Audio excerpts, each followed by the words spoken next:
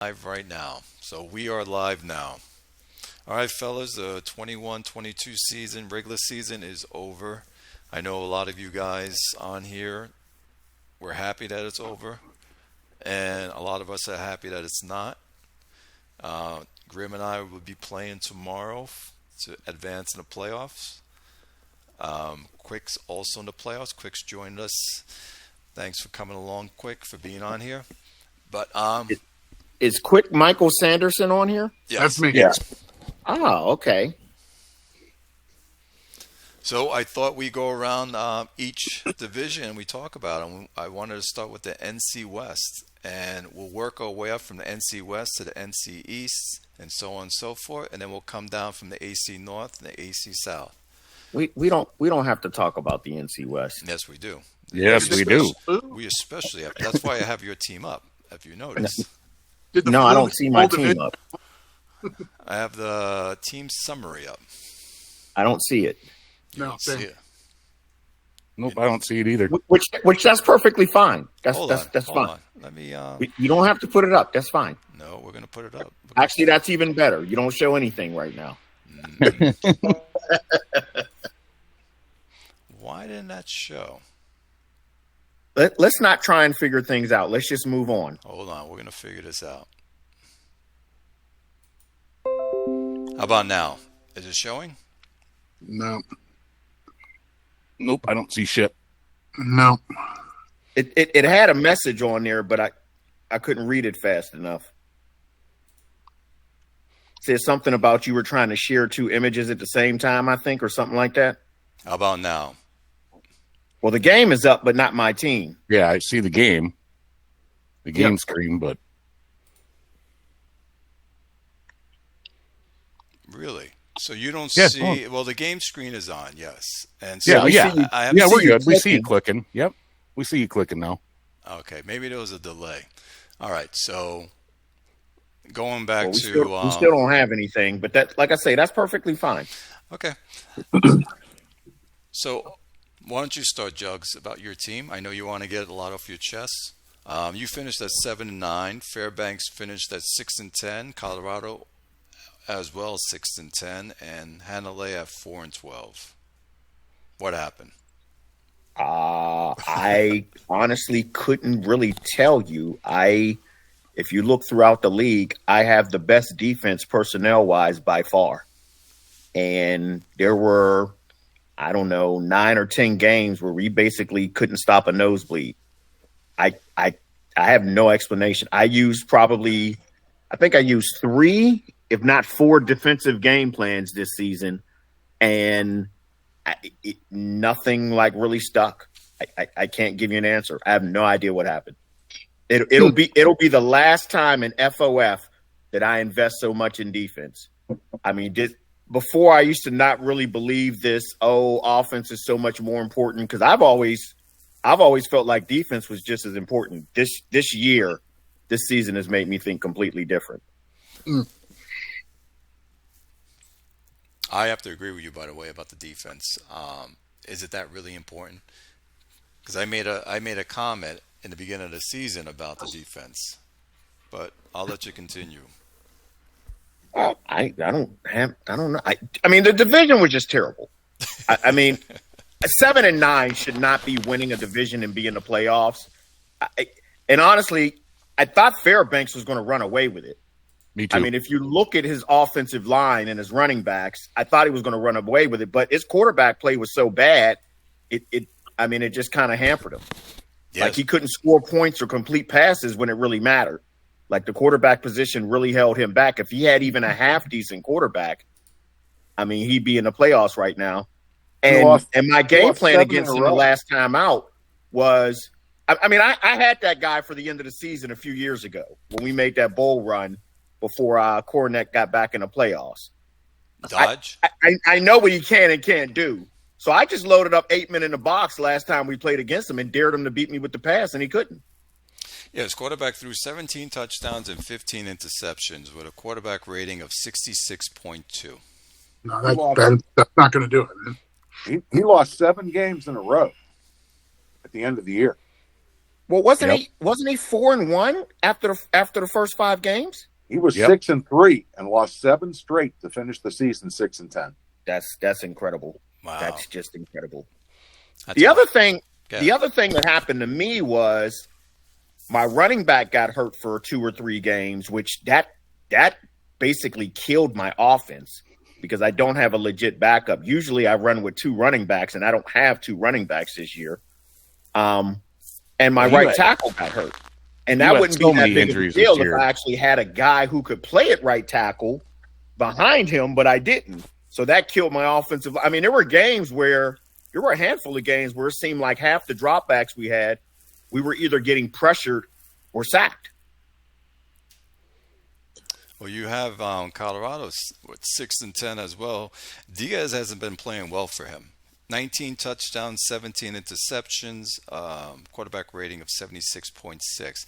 However, his games were close. He wasn't getting blown out. There were a couple of games, maybe 2 or 3, that the other team really beat him. But his other games, he was in the game, and it could have went either way for him. If you look at the scores that he put up and the defenders put up against him. Yeah, I mean, he kicked the shit out of me. So, 27-16. yep. Yeah, we didn't show up for that game at all. But Yeah, I think there's just generally some bad luck here for Oakland. Like, apparently we're having a graphics problem with the broadcast, but the team summary for Oakland does not look like a 7-9 team. This is like a 10-6 team, right? They outscored their opponents. They ran better than their opponents. They passed better than their opponents. They're +5 on turnovers and still end up 7-9. That's just bad luck. That's just a funny shaped ball stuff. So, like, if you just manually go in and erase that and make that a 10-6 team, then this looks like an underwhelming division rather than a putrid division. I think that's closer to the real story. Well, I kind of said that in like we're on a group chat, and I kind of said that I think last week that this whole season just seemed like one bad dice roll to me. Yeah, Like it just seemed like, I mean, quick, even the game I played against you, I mean, we outgained you by like 70 or 80 yards, I think, but Right. we turned the ball over 4 times. Yeah. Like, I mean, I had a couple games like that. I had a couple games where I gave up like long punt returns for TDs and long kick returns, and we end up losing by like 7 points. There were a couple games like that. yeah, and Jugs, almost after every game, you're like, oh, someone else is injured. Oh, someone else is injured. Oh, there's another injury. So the injury luck was just shit too. So. Right. And in a league that the injury setting is only 50, like this is like the 3rd time in, I want to say, the last 8 or 9 seasons where I had a bunch of injuries, which, I mean, typically doesn't happen. But there was a stretch where, you know, I had 2 linebackers hurt. I had like 3 defensive backs hurt. I had 2 defensive ends hurt. Like, I mean, there was nothing I could really do. It's Oh, like, dude, okay, that Corner- ga- Get it, Grim. Oh, I was just going to say that game that you started McConnell at weak side linebacker. Holy shit, he we went off. started at weak side linebacker like the last 5 or 6 games. Right, but that one game, that the first one, I think, was just like, holy fucking crap, dude. Well, he got a sack, 2 interceptions, I think like 2 or 3 pass deflects. Yeah. I mean, he played out of his mind for him to be out of position. Yep. Well, your quarterback Kornick did very well. 27 touchdowns, 12 interceptions, quarterback rating of 89.2, yards per attempt, 7.32. Marshall, even though he was slightly under 4 yards per carry, he still gave you over 1,000 all-purpose yards and 10 touchdowns. Actually, 12 touchdowns. Right? He gave you 7 Oh, Marsh? rushing Yeah. and 5 receiving. Yes. Right. Well, he's my 3rd down back. And like I said, Strickland missed either, I don't know if it was 3, I think it was 3 games. Actually, I'm looking now, he missed 6. It was more than I thought. So Strickland missed 6 games, and I had to rely on Marsh. And Marsh is kind of like that Barry Sanders boom or bust type run. I mean, he'll get you 15, and then the next 3 in a row will be like 1, 0, and -6. I mean, he was killing my offense because I would be in 3rd and long, but then he'll have like a big play, like he'll catch a screen pass and go 40 yards. I mean, he did that all season long. Well, the division was a shocker. I didn't expect it to be like that. And Hanalei was on autopilot this year again. Analay's been on autopilot the last 4 seasons. Yeah, I suppose. At least he's I mean, showing he up showed for the up. draft. He showed up for the draft. I think. No, the last 21-19, year, he won the maybe? division. I thought 21-19 he was more active. Well, here's what he did. He submitted a file at the beginning of the year, and he just let that file run. All right. And whatever he submitted was like good enough to. It's like a general file. It was just like good enough to play everybody.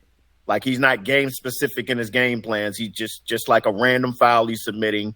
You know, something even based on offense and something even based on defense that matches up with basically the majority of the teams in the league. And then he didn't even. I mean, I don't even think he submitted a file this season. I mean, we could go to the upload screen. I don't think he submitted a file. All right, he's got fish to fry. So yeah, that's all right. We're like his little we're his like side hustle, right? You know, he flies by, pulls some rabbit out of a hat in the middle of the draft. Everybody oohs and ahs, then he disappears for 5 months. That's his game. Right. Yeah, and he's got 1.3 in this draft. He's going to draft somebody that, like me and Grimmer said about the safety he got a couple seasons ago. He's going to draft some guy that we think looks 58 rated, and the guy's going to be 85. Yeah. Yep. I mean, just like he plucked out that wide receiver last year after he dropped down, he made the trade with Chris. Right. And we're all looking like there's nothing spectacular about this guy, and he ends up being like 68 rated.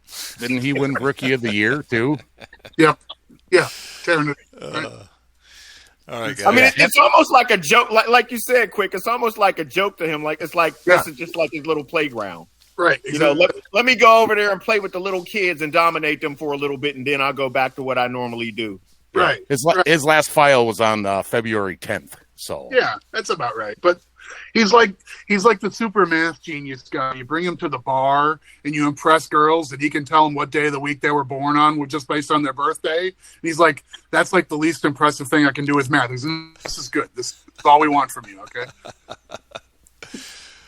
All right, we're going to jump up to the NCs. We got Williamsburg at 12-3-1, Chesapeake at 12-4, Brooklyn 7-8-1, and Frederick at 3-13. We'll start with you, Grim, with Williamsburg. Nice run. thank you, sir. I got your team up. Donovan throwing for 30 touchdowns, 15 interceptions, quarterback rating of 87.2, and yards per attempt 7.75. Very nice. There's still something screwy, Clay. We don't see you pulling up anything. I don't understand why that's going on. Continue. Talk why amongst yourself. Let's see if I can fix this since you can't see the screen anyway. I just think we had a competent quarterback this year. I didn't change anything about the way we played. I mean, I'm still lacking a running back, but old man Buchanan fucking ran pretty well for us. I didn't think he'd do that well. Donovan ends up being a pretty prolific scrambler. He ends up with 5 touchdowns on the ground. He fumbles a lot, though. And then our defense. Now, the defense was the surprise to me because this is the first time we've been in the top 10 in defense for I can't even remember. And I'm guessing that's because of the new defensive coordinator we got. He's got great fucking, not great, but 70-plus play calling and a bunch of other fucking skills. So I think that made a difference. And yeah, he's a monster. Yeah, and I wasn't even trying to go for him. That was somebody's fired guy. So, but I was trying to go for someone new. But yeah, he ended up getting him, and fucking turned out great. I mean, I still don't understand. My defensive coordinator, Stopner. Oh, okay, yeah. Yeah, I mean, my last coordinator that I had there had really low play calling skills, so he wasn't helping out there at all. So I think, that just really helped. And I mean, I still don't fucking understand why I can't get my pass rush going. I mean, I've got 2 studs at defensive ends, and they get what? Hold on real quick, Rimmer. I just want to read this message to Clay. It says, to avoid an infinity mirror, don't share your entire screen or browser window. Share just a tab or different window instead. All right, let's try this again.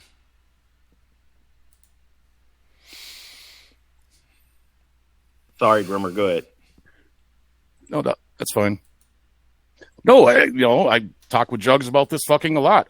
We have great pass rushers like his Franklin guy, and we can't get shit. I mean, Hamilton had 7 fucking sacks. He should have fucking 12, 13.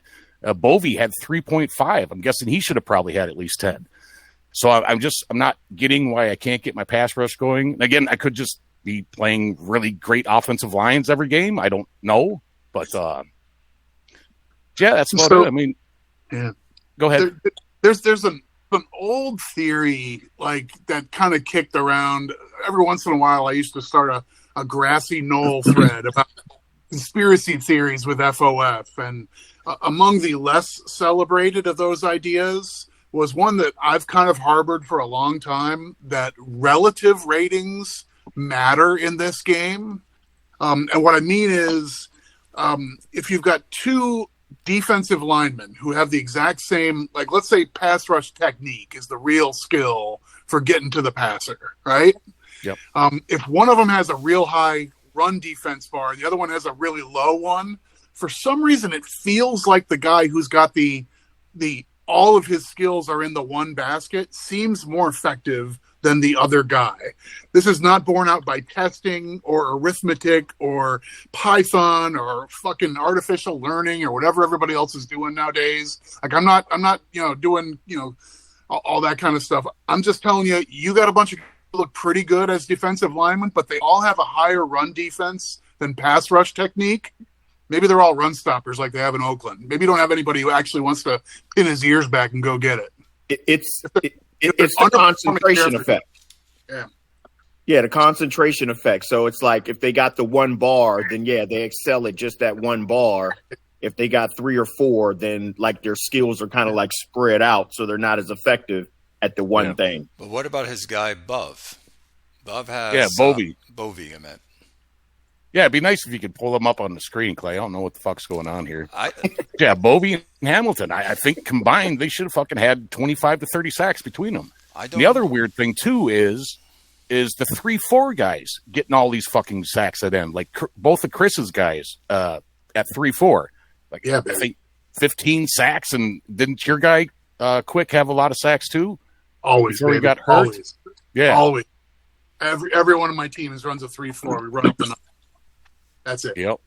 Well, and the one guy, I know Ben's one guy retired, DeArms, Raymond DeArms. Yep. I know he retired, but his left defensive end, DeArms, for years was among the top league leaders in sacks, and he played left defensive end in a 3-4.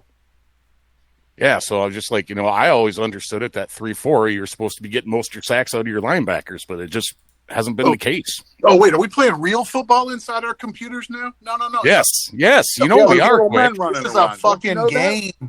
It's a computer game. There's little men running around. You all know that, right? Yeah, tiny humans, man. Dudes in there on the silicon. There we go. Yep. Hey, Clay.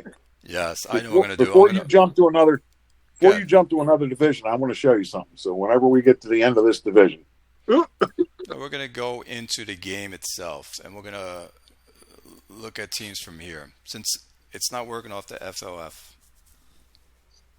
Well, thanks. Let's talk about Chesapeake since we got the general manager on. That's what we're going to do right now. All right, here we go. Yeah. Can you see Yep, this I'm now? finished. Yes, Yeah, we can see that. All right, Yeah. we're going to do it from the internet. All right, guys. Go ahead. Quick. Floor's all yours. I mean, this is what was supposed to happen, right? We kind of dumb lucked our way into a quarterback a couple seasons ago. I had some growing pains, and we have 2 mediocre seasons, but it's supposed to come together. Like, I've got a decent team around him. He's got decent guys to throw the ball to. I've got the usual array of, smoke and mirrors going on to make the team play better than it should. But eventually, this is supposed to click, and the guy's supposed to actually be effective. And this year, it kind of happened. 12 wins should be enough to win the division, but you don't win them all. So that's fine. That's we're not a power team right at the moment, but it's fine. We got the ball in the hands of our top receiver pretty well, and that was efficient. It's been a while since that was the case. So anyway, on balance, pretty good season. I don't think we're good. I don't think we're good for 2 playoff wins, but It's fine. It's fine. We're back on our way into the mix. What are you talking about? You got a great team. It's fine. You got a quarterback who just threw 45 touchdowns, 19 interceptions, passing a quarterback rating of 95.5. Yeah. Yards per attempt, 7.4. That's pretty good, right? You have a running back who averaged 4.19 per yards per carry, 934 yards, and then you had almost 1,500-yard receiver with 12 touchdowns. Mm-hmm. Then let's go to your sacks. Yeah. Your sacks, Right. still up there because you spread them out, but you usually have more. I'll give you that. Yeah, no, it's not a great season for our defense and pressure and all this sort of stuff. But on balance, I'm not too upset about it. Your safety has 9 interceptions this season. Yeah, Yeah. That dude is a serious baller. The safety from Williamsburg. Ken Thorne is a boss, man. Yeah, immortal run defense, got a good interceptions bar. And outperforms that, I think. So that's pretty good. He's a key player for us.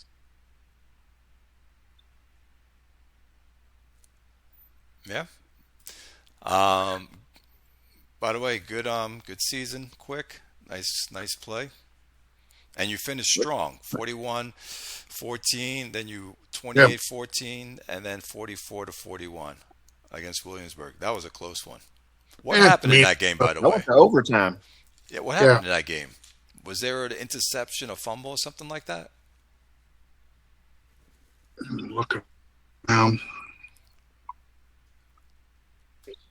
it was in overtime, wasn't it? yeah, Williamsburg got two fixes. We got one, so there's 3 defensive touchdowns in that game. Wow. Yeah. So yeah, that's fun stuff. Anyway.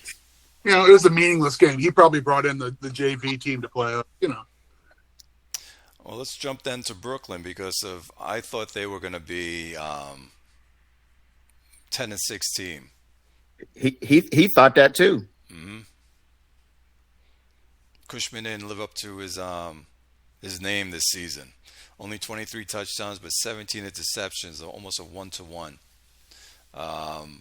Yeah. Quarterback rating of 80.7 and 6.89 yards per attempt. His running game was good, over 4 yards per carry at 900.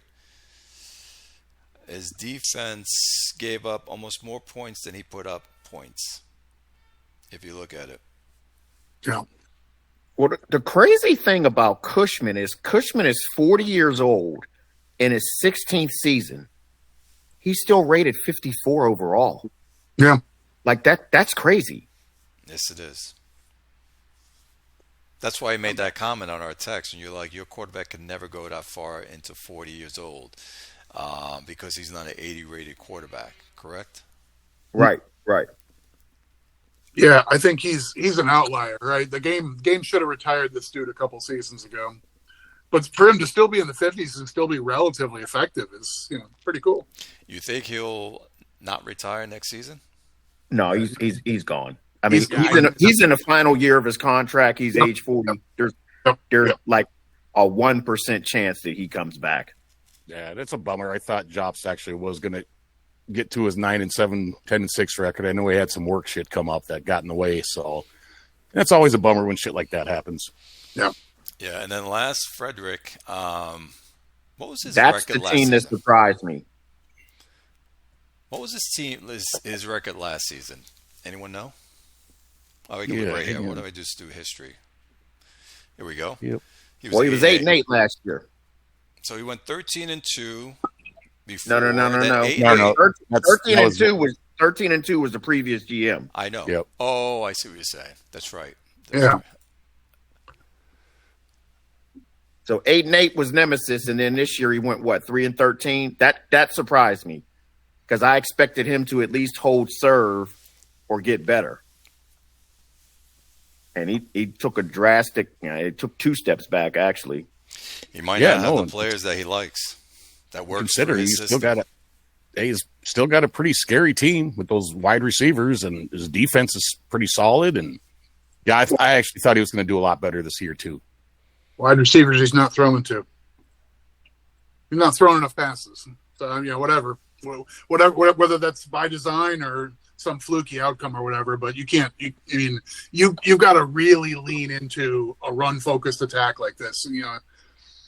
14 touchdown passes over the whole season, 6.3 yards per attempt. No, that doesn't make sense. That might have been a quarterback problem. If you look, his team only attempted 470 times, right. So it's yeah. I think he's trying to change the philosophy because, like you say, the team's built to pass. That's how the previous GM was. Yeah, and he's just changed it completely. You're right. The wide receivers are almost going to waste. And he didn't put up a lot of points either. He put up 255. So what was he ranked? He was ranked. That was second worst in the league. Yes, 15.9 points per game.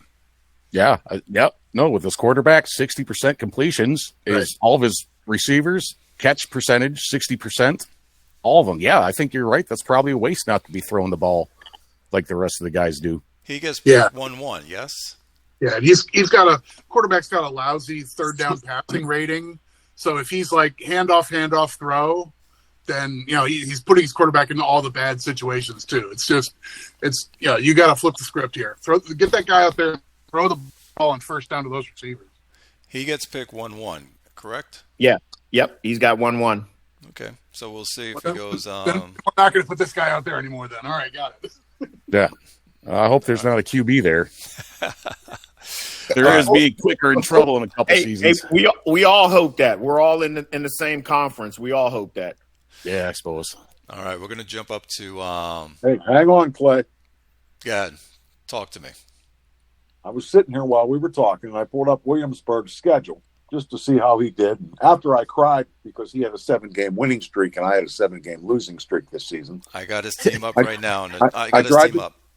I dried the tears, and I started looking. And, week 6, he was at Brooklyn, and the attendance for that game was 9,800 people. Yep. What's his attendance for the season? Is he running a JV team? He got totally fucked with that weird switch that Ben didn't catch when he went to New Mexico. Yep. He's got a tiny stadium. He had to fucking start over. Yep. He hasn't. If he gets consistently in the playoff for 10 seasons, that's going to help. But he hasn't done that yet. So, I missed that. When did that happen? Forever ago. Yeah, a long time ago. 20 seasons ago. So 25. I probably wasn't even in the league then. Okay. All right. So I have a question. Does that affect your playoff run? Meaning, if you're in the playoffs and you don't have a good crowd, does that go against you? I doubt it. I think it's just money. All right. So then it doesn't really matter. that has to do with profit margin. Yeah. I mean, home field advantage does make a difference in this game. For years, I kept saying I didn't see it, and I've actually paid more attention to it over like the last couple calendar years. And home field advantage does make a significant difference. I don't know if the attendance for home field advantage makes a difference versus having no one show up, though. I don't think any of us know that.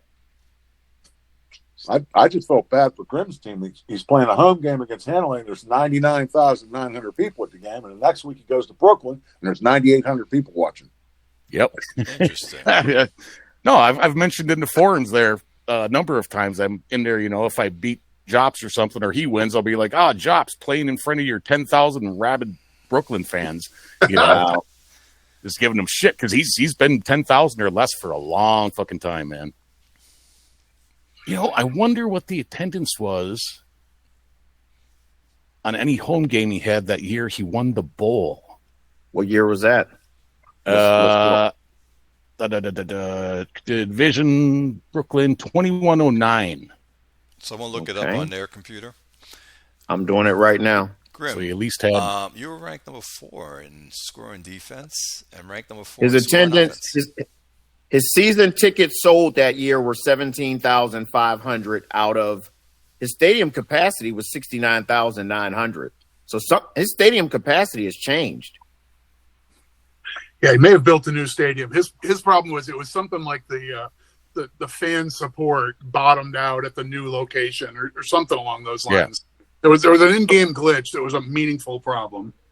Yeah, so the 2109 conference championship between Quick and Jops at Jops's place. There was 20,600 fans for a conference championship game. Wow. And they were all for the other team. Right. Yeah. They're all Chesapeake fans. Wow. You know what? He for hardly any attendance, he did go 7-1 that year at home. Yep. All right, we're jumping over to Atlantic. This is Howie's division. So Outer Banks 13-3, Texas 7-9, Motown 7-9, and Cap City 5-11. Howie brought his team back, by the way, from the dead. But let's go to Haynes. Haynes turned his team around. Yeah, he's killing it this year. You know, his running game. He's a balanced team, I'm seeing. He passed only 590 times. Not a good average per attempt, 6.25. His interception to touchdowns is still kind of weak, 23-13. He has a passing rating of 82.6. So the quarterback's not doing so well, but he has a balanced team. And his defense. He passes is more off than the that, chart. Clay. He passes more than that. You forgot the 117 attempts from Sean Anderson starting 2 games. Oh, that's right. Yeah, he threw over 700 times. I'm going to take that back then. I stand corrected, folks. That's good. That's, But Damien, he didn't win by offense. He won on defense and turnovers this year. Yeah, he was ranked number 1 in defense, 15.6 points per game. Yep. Plus 16 turnover margin too, man. That'll carry you a long way. Yeah, that's crazy. Into 13-3, right?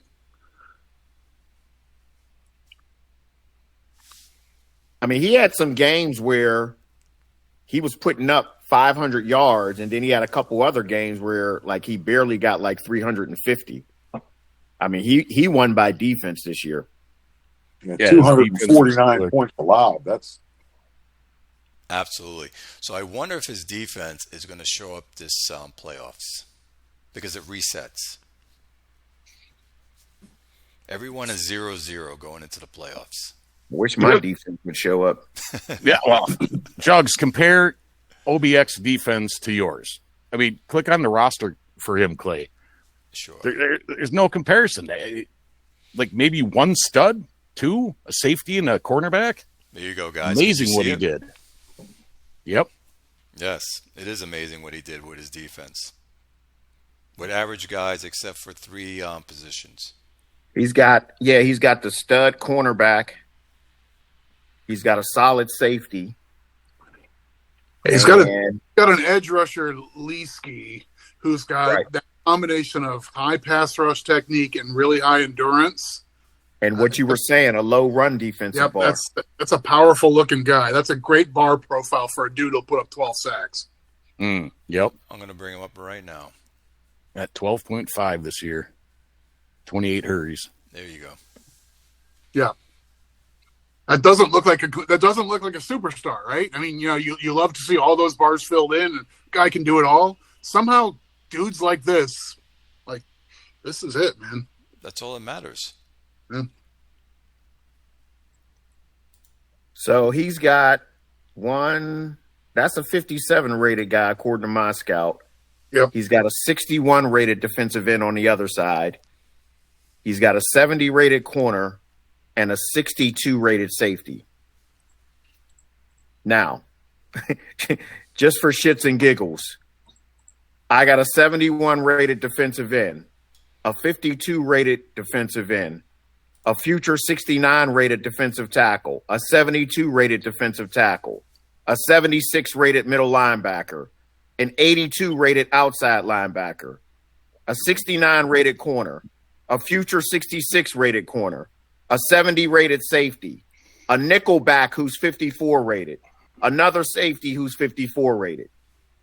I have your team up, Grim. Why is my defense so trash? You got 14% pass rush, 15%. You guys didn't even fucking show up.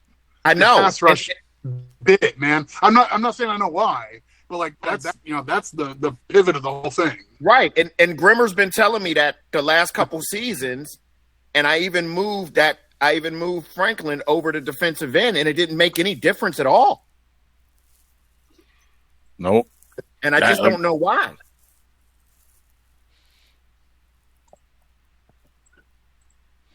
Run I mean, You know what? Franklin was actually more effective as a defensive tackle rushing the passer than he was as a defensive end, which just sounds crazy.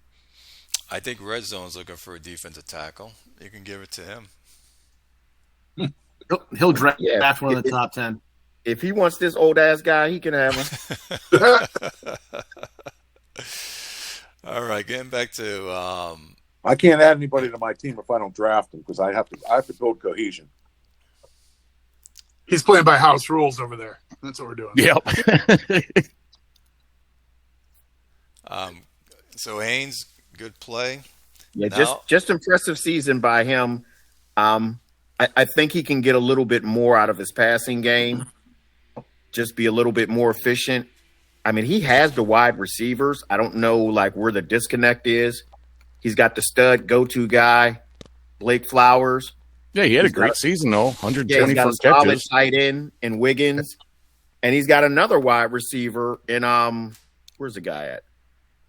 Blackburn. Blackburn's got a 90 route running bar. He threw almost 300 passes to tight ends. I've never seen anything like it. I mean, Oh yeah, wow.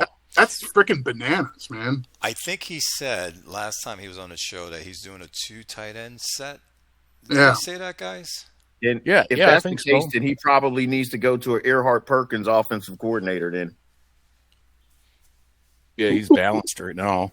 Dropping some knowledge. There we go, man. All right. There we go.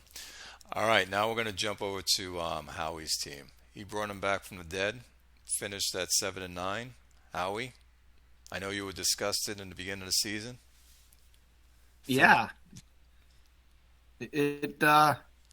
It was ugly.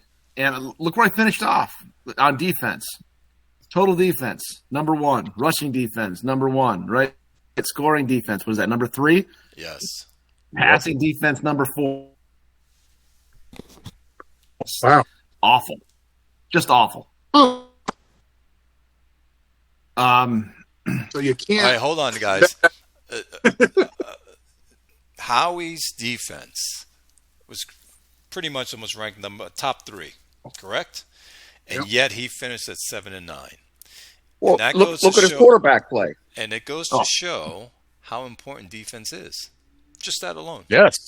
But If you continue. say so, Clay. But look at the scores the first half of the season.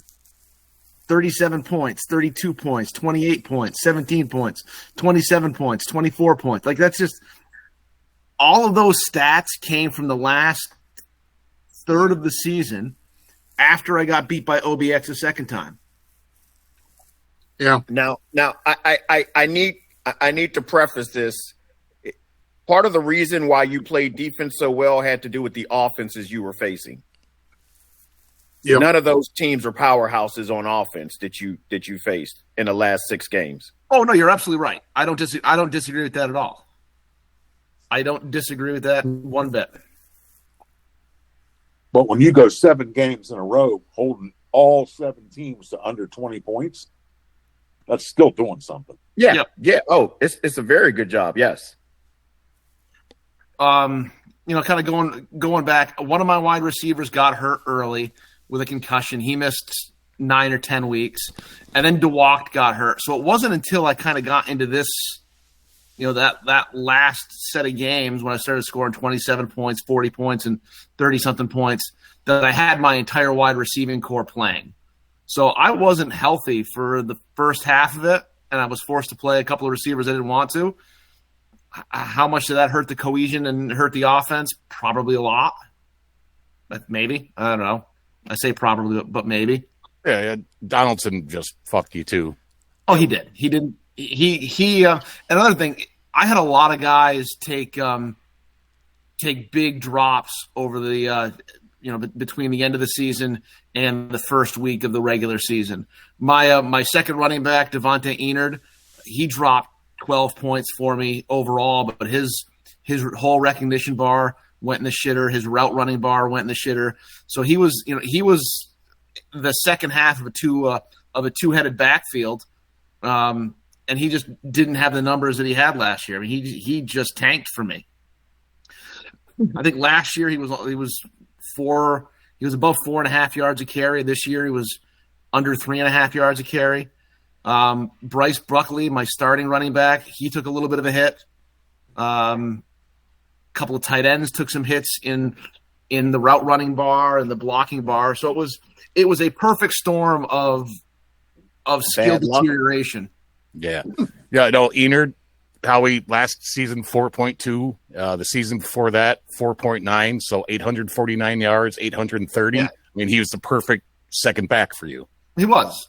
And tanking hurt. It did well. That tanking did hurt. And Donaldson didn't play well. And I think he probably won't see the field. See, you see him at 58. I have him at 49 on mine. Well, this is League Scout. Oh, that's the website. Yeah, that's the website. Yeah. So, I have him as a 49. He dropped 12, 13 points. His bar profile looks nothing like that, according to my scout. I was never going to extend him after this contract run anyway. So I might just cut him and run with Hammond for a season and give him the reins. He didn't do he certainly didn't play worse than Donaldson did. I show Donaldson as 55 still. Yeah, see, I don't. Well, you got a really good offensive scout, so yeah. And he's your scout looking at your player, so yeah. Yep. Yeah, I was shocked by Donaldson too. That he just hurt your team. Go ahead. Yeah. Oh yeah, no, I was just saying, just a bummer. I mean, because you know how I feel about the little quarterbacks. Well, he's becoming one of my favorite little men. So, and now he's done. Now he's done. But Tevin Hammond's a wee lad too. He's 5'10", so you got to fellas. You got to ditch the money. Get quick. Get him out of here, man. Hammond, garbage. Get him out. Move on. You got too good of a defense. Put Hammond out there, ruin everything. Find a rookie. I mean, I don't want you to get better. You're in my conference, but I'm just saying, like, I don't want you to get back to being a 12-win team. But seriously, this ain't it. Oh, I know. Yeah. He's not going to be the long-term solution, but a year, I don't know. I got Roger Applewhite. I don't know if he's going to be any better. He's more of a rollout guy. He's a little bit taller. Yeah, sometimes they do those off-season previews, and they say, I don't think the quarterback is currently on the roster. I think that's my assessment here. Well, Spencer was good for you, your defensive end, Peterson. Yeah, he played well. I had two defensive ends that were up for contract negotiations, Peterson and Edwards. And I couldn't keep two. Edwards actually held out for me for the first couple of weeks of the season. Nice. Oh, he'll look good in pink next year, baby. Well, there you go. Yeah, see again. He can be yours for the taking. So I had to choose one, and I liked Peterson's bar profile a little bit better, and he was a little bit cheaper. So, Jugs, we need to be asking Howie because we keep talking to each other about it. Howie, how are you getting sacks out of your 4-3 defensive ends when me and Jugs can't? Spencer Peterson's 12.5. Wade Edwards, fucking 9. Sean Baxter, 5. It's like, what the fuck? I line them up at defensive end and just have them go. I don't That's know. what I do. Yeah, pass rush technique over 90. Like that matters. Oh, yeah, I suppose. Yeah, Peterson's is high, isn't it? And he's not paying him a lot. So he got a good deal on him. There it is.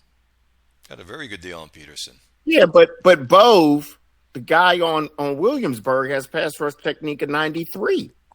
Yeah, that's what I'm and saying. The guy had 3.5 sacks. And I understand Hamilton; he's a little bit lower in that, but he's still over 70. I don't blitz much. I don't blitz at all. Neither does Grimmer. Grimmer doesn't. I don't know how much all. that plays into it. Yeah, I mean Hamilton on the website, he's got 84 pass rush. So. Ugh. That's okay. I don't need we suck, Grimmer. I don't need you getting sacks, Grim. I'm playing you tomorrow. Mhm. Watch Grim have like 6 sacks tomorrow. That would be fucking fun. No, it would be fun. Everything resets in the playoffs, right? It would be fun if you did get that, but I still scored 41 and won the game. Well, I don't know the way Quick Man held me that last fucking game. Holy shit! Hey, everything Did resets. you watch that Quick? Everything resets, Grim. 0-0. Yeah. Did you watch that game, Quick? No, man. It was fucking insane. I couldn't fucking stand it, dude. God. Just interception. Then we're fucking long bombing scores and fuck, dude. It was a fun game to watch, but man, what the fuck? Howie, nice comeback, by the way, with your team. Yeah, brother. It's always nice to see. Now we'll go to Moontown. This is Boots, right? Yep. He did a nice job with that team. First season as GM. I like what he did. Yeah, so look at his I quarterback, would've and done we'll it if he start lost his quarterback two as games. running back. His running back, He'd be the first to tell you that QB ain't going to be the guy that's there long term. Well, not Henson. I think he's going with Galuli. And Galuli's another green guy, so maybe Galooly he'll can give a play. little bit- Yeah, maybe he'll bring a little bit of that green magic to his team. well, his quarterback almost threw 60% Gulli, 3,700 yards, 7.10 yards per attempt, 22 touchdowns, 13 interceptions, passing rating of 85. He was ranked 17 of the quarterbacks with bars like that. So not bad. Clay, look, focus in on his tight end, Butch Ramirez. Got it. Huge monster, man. Wow. Monster season from him. 1,300 yards, 3 touchdowns. He catching percentage, 61%.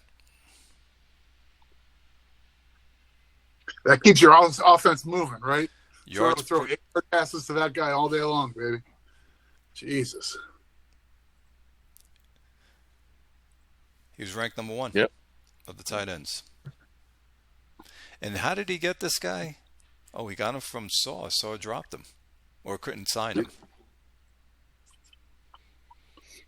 Well, look at the wide receiver that he took in the first round this past season. What's the Mac name? Burrows. Burrows. Mac Burrows. Right? Yeah, he was number 2, He'll be wasn't he? He He'll gave be him good. 200. He gave him $200 million over 4 years. Yep. And somebody's got to play, right? Maybe he can So keep Mac Burrows is going to be a 70 rated wide receiver. He's got an offense to set the next couple seasons. Yeah. next year. They'll put the running backs in the correct direction. Maybe they can have something happen on that side of the ball. Oops, Yeah, the what's running going game on? was lacking. Let me let C Max on. There he is. I'll be right back, gentlemen. I'm going to go grab a drink. You got it. What's up, Chris? It's a capital idea. C Max, you're probably on mute, but welcome. We're going around the league. Can you hear me now? We can. We got here. We can, Verizon. Hey, is that what I come up as? Verizon? No, that's from the commercial. Can you hear me now? Oh, sorry. Yeah, I'm slow. Man, how old are you guys? I'm old. I'm You 55. should remember that commercial. No, I remember the commercial. I just wasn't putting it together. I'm slow tonight. Oh, just tonight? Well, slower than usual. Gotcha. Son of a bitch. Let's go last to Cap City. We're on your brother's team right now. His team yes. fell apart. 5-11. Well, Clay, I think we talked about. I think Chris kind of like. I don't know if it was the last show or the show before that one where we talked about his team. Like he's had a lot of bad luck with first round picks. Really Like bad these luck. guys, the wide receivers, the quarterbacks, everybody he's drafted, they're all busted. Like Nope, same the thing. quarterback dropped, the 2 wide receivers he took like a back-to-back years, they dropped. He's just had a lot of bad luck. because He's actually a pretty good GM, but he just doesn't have the talent. yeah, and he used to score points. This season, He's he a- only put up 14.6 points per game. He was the worst. He's in the another league. one, Clay. He was 5-5, had his bye week, and lost 6 in a row to close the season. Yep. Wow. Yes. He needs a running game. I mean, his offense, he's always, when he's had success, it's been when he's had a good running back, and he hasn't had that. And that's why we kind of, Justin and I, kind of talked about he should have drafted that running back in the first round. Who was that? Dean? I don't know. Whoever the running back was. Harris Dean. Plainfield. Is he more of a smash mouth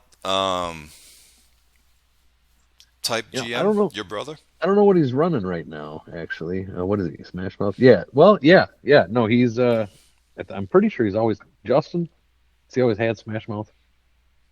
Well, I see it up there, but I'm saying, is his game plan mostly a running game plan type? Yeah. He's a running, run it between the tackles kind of offense is what he's generally run historically. His quarterback is terrible. Yeah. 14 touchdowns, 14 interceptions. That's not going to get you anywhere. Well, again, so look where he was picked. That's the guy that was picked at 1.19. The quarterback? And yeah, he was picked at 1.119 3 or 4 seasons ago. Wow, yes. And he just did not pan out. Yeah, the ratings never held. Like, he just wasn't that good. He probably could be okay, just a pick machine, but I think if he were in a highly tuned offense, that guy would be okay. Yeah, but he doesn't have a wide receivers. Look at Lowry. Yep. Look at Woodson. That's the guy he drafted 4th overall 3 seasons ago. Right. Yeah, there's just no talent on offense. And some of that's because they were busts, and some of it's because they were just bad picks at the time. I mean, I do give him a little bit of grief about some of his picks. Not that I'm great at it, but he makes some questionable ones from time to time. He gets blinders on. He decides what he needs. He ends up picking for need and reaching too often. Chris, I think a lot of us do that. Oh, I do too. But that's what I think is what's been costing him, is he's been reaching on guys that just didn't pan out. So you think, Chris and Jugs, he should go for a running back? Definitely. Yeah, the way he plays, what he wants to do, he needs a running back. When he was winning, which we're talking about 10 seasons ago, actually 5 seasons ago, he made the playoffs 6 out of 7 years. He had a solid running game. He had Yeater, that running back Yeater. Yep. And honestly, I used to hate game planning against him because his running back was just hard to stop. Yeah, I did not like playing Yeater. I was very happy when he left. Yeah, in 2110, Yeater had almost 2,000 yards. Right. Yep. And his offense, I mean, he hasn't been the same since he retired, or I don't know what happened that he's no longer playing, but yeah, I'm pretty sure he retired. I mean, his offense just hasn't been the same since. He had like 10 seasons. That's about it for a running back. Yeah. Now he's got a rookie in there who can't run and fumbles. So addition by subtraction opportunity here, right? That's a hell of a mix, huh? That's a great combination for a running back. Right, Yeah. exactly. Can't run He and makes up fumble. for volume, right? It's great. And barely any touchdowns. Right, Yeah. yes. Got that going for him. All right, guys. And what did he end up taking? Did he take a cornerback? What the hell did he take? He took a linebacker. And he took a good linebacker, but I would have taken the running back if I was him, just based on how he plays. Yep.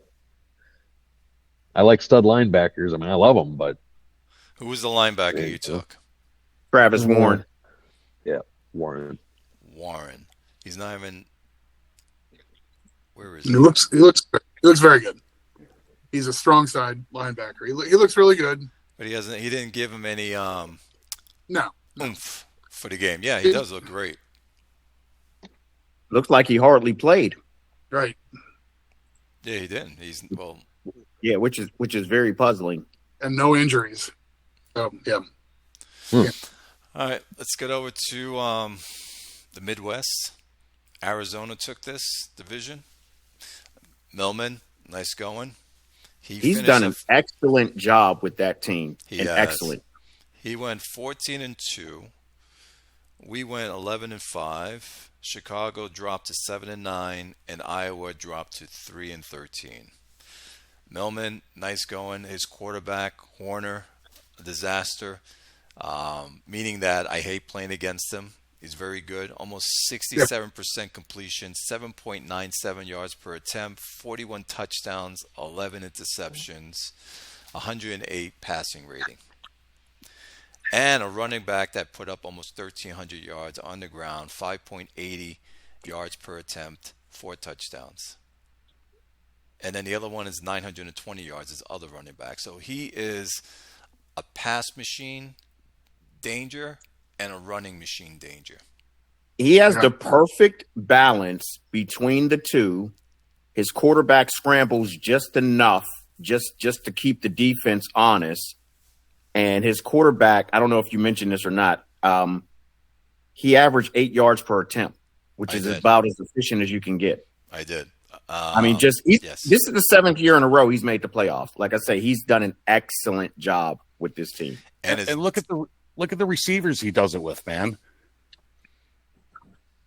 Yeah, he doesn't really have a stud number one guy. And his defense, another one.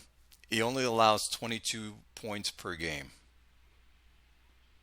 So this is his this is his receivers that Grimm's talking about. Well, he even had like 3 or 4 shootouts, and he won those. Yeah. Yes. I mean, I know he's got a couple of. He had a shootout with us week 8. It was 40-35. Like I say, just solid all the way around, especially for somebody who's been playing the game for maybe a year and a half calendar wise. Correct. Yeah. Multiplayer. He got on this, by the way. He told me when we first did our shows talking about FOF and IHOF, that's when he got into multiplayer. He used to play single player. Right. And he'll get on or he'll say something maybe in a forum about this. Hopefully he does. But it was our show that got him interested in doing multiplayer. I remember that, yeah. Well, a lot of good. That's doing us. Right? No, it's good. It's good competition. It is. It's definitely. Yeah. I love going to blows with this guy twice a season. But yeah, great job, Melman, and hopefully I get past Grimm and face each other again. If for anybody listening who wants to learn and figure out because he honestly should be the poster child for new people coming in. Like I say, he's made the playoffs 7 years in a row. We could take this history up. Go ahead. Continue. Right. Just look at his offense and just see what he's doing on offense. I mean, honestly, if you need any help, just look and see what he's doing. Go through the logs, find him on Slack, find him on Discord, send him a PM. Ask him what the hell he's doing. To me, he has maximized every single player on his team on offense. Yeah, Jugs, he's running your offense, basically. You know, you're always number one in rushing and then middle in the pass. So it's basically an Oakland offense. He's actually a little bit more effective passing the ball than I am. Oh, yeah. A lot more effective. 41 touchdowns, 11 interceptions. Jesus. He's a 1-2-3 puncher. You stop him in the pass, he'll beat you with the run. Or one of his running backs, the other running back will take off. So you have to clamp down or you got to outscore him. That's it. I mean, I'm looking at his numbers now. He was 4th overall in yardage gain, number 1 on 3rd down, and 48%. I mean, that's it right there. He converted 48% of his 3rd downs. That's it right Horner, there. That's Horner for you in that power rushing, man, on the short yards. Yep, that's it. Horner, the 3rd down conversion. You keep the drives going, and even if you don't get a touchdown, you can kick a field goal. And look at that running back. I mean, he's generating all-world numbers out of this running back. You look at that guy, he's a hobo, man. Which one, He's Perez? a hobo with full recognition. Yeah, Perez. It's all whole wreck. That's 5.5 right. yards. Yeah, exactly. He's the a whole whole wreck wreck bar is over 75, and his 3rd down running bar is over 75. Yep, that's just like what a weird profile, right? We're used to it in FOF, but like in the real world, you'd say you got to have like 3 or 4 separate skills to be a dominant, like add value running back, right? If you want to be Derrick Henry and put up giant numbers, you have to be terrifyingly strong and powerful and be able to stiff arm and then have a third gear. This dude has none of that, but he's still 5.8. I think part of the reason why he's so effective is this is the guy that he uses to run outside and on third downs. He doesn't do too much with him. Look, he only had 222 carries. Yeah. I mean, he wouldn't be that effective carrying the ball 400 times.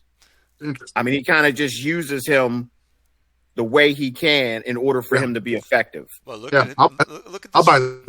Look at this running back. This guy right here. We're talking about Perez. Yeah. His career is 5.93 yards per carry, almost 6 yards per carry in his career. Yep. Right. Yep. Undrafted free agent, too. Right. Talking about That's getting everything out of your running back, squeezing everything out of your running back. Like I said, anybody who wants to learn or even who's having trouble, go look at his logs, send him a message on Slack. He's always on Slack. I talk to him on Slack from time to time. Send him a message, find out exactly what he's doing, ask for his help. I mean, he's done wonders. You figure he's got the quarterback, and what other stud on offense does he have? It's just that he knows how to put together the players with the bars for his team. Right. Period. At the end of the day. I mean, solid offensive line. Probably both the tackles are what's keeping Horner upright to be able to make those plays. All right. He's got two monster offensive tackles. All right, we're going to jump to Kansas. I wonder whose team that is. I wonder. I'm very happy what we did. I was hoping to go 12-4, but we'll take 11-5. We had a shitty season last season, so we came back and our offense was a lot better. We were ranked 10th in offense for 25 points per game, and our defense allowed only 20 points per game. Ike, 63%, 7.65 yards per attempt, 29 touchdowns, and 6 interceptions. Passing rating of 98.7. Our running back Wynn that we picked up in free agency, almost 1,200 yards. He was under 4 yards per carry slightly. He gave us 5 touchdowns there, but in receiving, he gave us, 540 yards plus 450 yards plus another 4. Is it? No, 540 yards. So he gave us pretty much almost 1,700 yards of all-purpose. So there are 3 things I noticed. I got your team summary up on my screen. There are 3 things I noticed about your team. Your quarterback was 29 touchdowns and only 6 picks.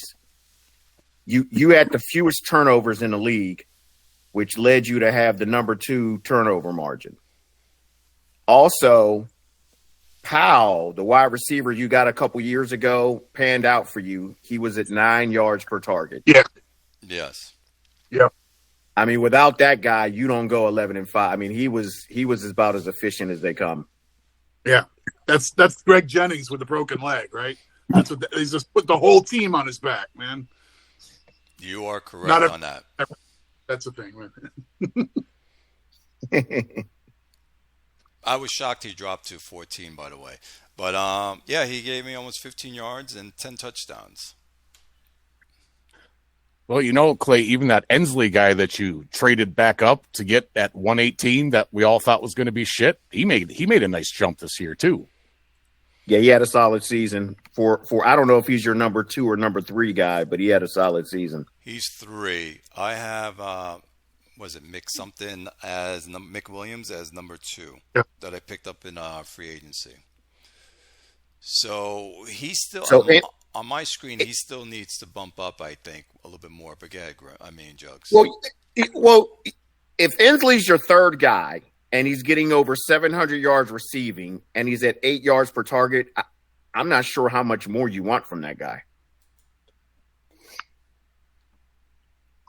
For him to get me to 13-3, for him to get me to beat Arizona, that's what I need him to do. Well, that's the thing. That's a tall fucking order, man. Yeah. But yes. That's the thing. I think I'd just throw the ball to Powell. I think you got to get McWilliams out of the X for what it's worth, man. That dude can't handle it outside, I don't think. All right. I'll take that into advisement and switch it up. I'll try it on Grim. Yeah, I mean, technically, all three of those guys can play the X. They're all 6 foot, almost 200 pounds. You know. I think Quick is more so referring to that big play bar being like 13. Yep.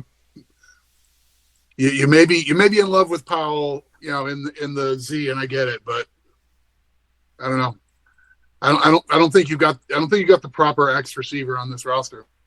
But I mean, McWilliams giving you 6.5 yards per target. That's okay, but he's not winning games for you out there. No, he's not. Agree. I needed a third wide receiver. That's why I paid him that much, because someone else was going after him. And I wanted to see how well he'll do. But you are correct, Quick, on that one. Absolutely. Yeah. I mean, he's a high endurance affinity guy, high special teams, and 3 good ratings for catching. I got no quarrel throwing $20 million at a guy like that. But if you're asking him to go out and man up the best corner and, you know, catch he's no Mike Evans out there, man. It's not doing it. So, yeah. Always Are fun we to think. making a real football life reference, Quick? I'm trying to speak in your language, right? Yes. All right, so that's where we finished. Now we'll get to Chicago. I was shocked in this one. I wasn't. You were not. No. Grimmer and I talked about this team. We said as soon as that wide receiver started dropping, he was going to struggle, and he did. Yeah, and his running back took a pretty big hit this year too, I believe. I mean, Crane's been a stud. What did he get? 300 yards this year? 400 yards? Almost 500. 473, under 4 yards per attempt. Carries, I meant. His other guy had 787 yards, over 4 yards per carry. Yeah, and Gerald Crane, I mean, I think he dropped, 10 points this year, and I think the big hit was whole wreck, because he's down to 53 on that. Oof. On the website anyways, but. Yeah, he was a 90-plus guy there, yeah. Yep. Crane had games where he didn't even get like 40 yards. Yeah, it was bad this year. Yeah, but like I say, I think all that was a trickle down from Bankston finally taking a hit in the ratings. I mean, like Bob has said on previous shows, he got every single ounce of production he could out of that guy. I mean, we all jumped on him about that trade, and it kind of worked out for him. But this was the year that he finally dropped, and I, even though he still got yards, I think that kind of affected his offense. Wow. He had almost 1,600 yards, 10 touchdowns, and yards per target, 8.7. 14 drops is pretty tough, though. Yeah, he's got a lot of drops. Yeah, six seasons in Chicago, that dude puts up easily 9,000 yards. That guy is a machine. And he's not a 90 endurance player either. So that's like spot use too. That's pretty impressive. Yeah, he like I say, he got the most out of that guy anybody could have. Wow. Huh. Hats off, man. All right, well, get him out of here. Retire. Time for him to retire. Get him out of here. Yeah. No, but Go ahead, Grim. Oh, I was just gonna say his defense took a pretty bad turn as well this year. I mean, his defense has been pretty stout the last few seasons. He didn't he let a couple players go? I think a bunch of guys just dropped him because he was up against the cap. He had to let some players go because he was capped out. Yeah, I was going to bring up his defense. If you look at his roster, he only has $2.6 million in cap room, and he only has 49 players signed. What about next season? He was up against it. Next year, he's got $126 million right now, plus the increase. Yeah, he should have $130 million next year. Okay, so he'll probably fix up those contracts. And then he can sign a free agent or two. Still playing Gerald Crane $60 million. Oh shit! Yeah, he's making a lot. How much? 60. Crane is making $63 million next year. His cap actually is 64. His cap number next year is $64 million. Wow. The guy that dropped 67.5 10 points next this year. offseason. 71 the year after that. 72. How many more seasons does he have? 3. 3 after this one. 64, 67.5, and 72 million. So let's just go by this year. His cap number was $54.5 million this year. He had 400 yards rushing. How much is that a yard? Anybody got a calculator? You know, that's ooh. He signed, but he signed them because of Crane was his offense. Right. And he just had the unfortunate luck of his whole wreck bar just diving. That's bad. But if you look, though, I mean, 53 is still all right. And his receiving skills, I would have thrown to this guy fucking 90 times this year. And Tomlinson, I believe, could complete those passes, too. So, Yeah, well, Tomlinson still has the ratings. Tomlinson had a good season. I mean, he dropped a little, but he's he's still almost 70 rated. 95 passing rating. So Tomlinson, he did very well. I'm looking. I didn't realize Tomlinson is in year 11, which means he's 12 next year. I didn't realize he had been in the league that long. Yep. Well, it wasn't until Zappa got there that Tomlinson was really doing a lot better, you know. Yeah, he had a great season. So it was basically his running game and his defense dropping out on him that caused that crash. Mm-hmm. Well, we'll see next season then for him. And then last is Iowa. Iowa went 3-13. And he had 2 quarterbacks. He's trying to figure out which quarterback to play. The first quarterback, Miles, 6.72 yards per attempt, 52 completion, 14 touchdowns, 11 interceptions, 74 quarterback rating. Pretty much brutal all the way around. Yeah, I don't know. That thread that Melman put up to answer Jay's awesome stuff. Oh, you mean this quarterback he was speaking of? Jake Bauer, yeah. So he got this guy at 1-3. Yep. When he could have had Tucker. Shame. Yeah. It is a shame. Wish he was in Iowa. But my question to you is, do you just keep playing this guy? You're spending this much money on him. Clay, for what? Keep playing him for what? To go 3-13 again next year? Yeah. Hold on, Jugs. What I meant is this whole season, should you just have played him out? That's what I meant. It's not going to matter. It doesn't matter. I mean, I don't know how many times we've taken segments of the show about Iowa specifically. Yep. Like it's Groundhog Day. I mean, it's Groundhog Day. You know, he does the same thing every year. He posts a thread every few seasons.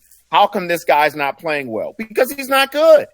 Because you don't have the team around him. Because you don't have players. Because you don't keep your players. I mean, it's the same thing over and over again.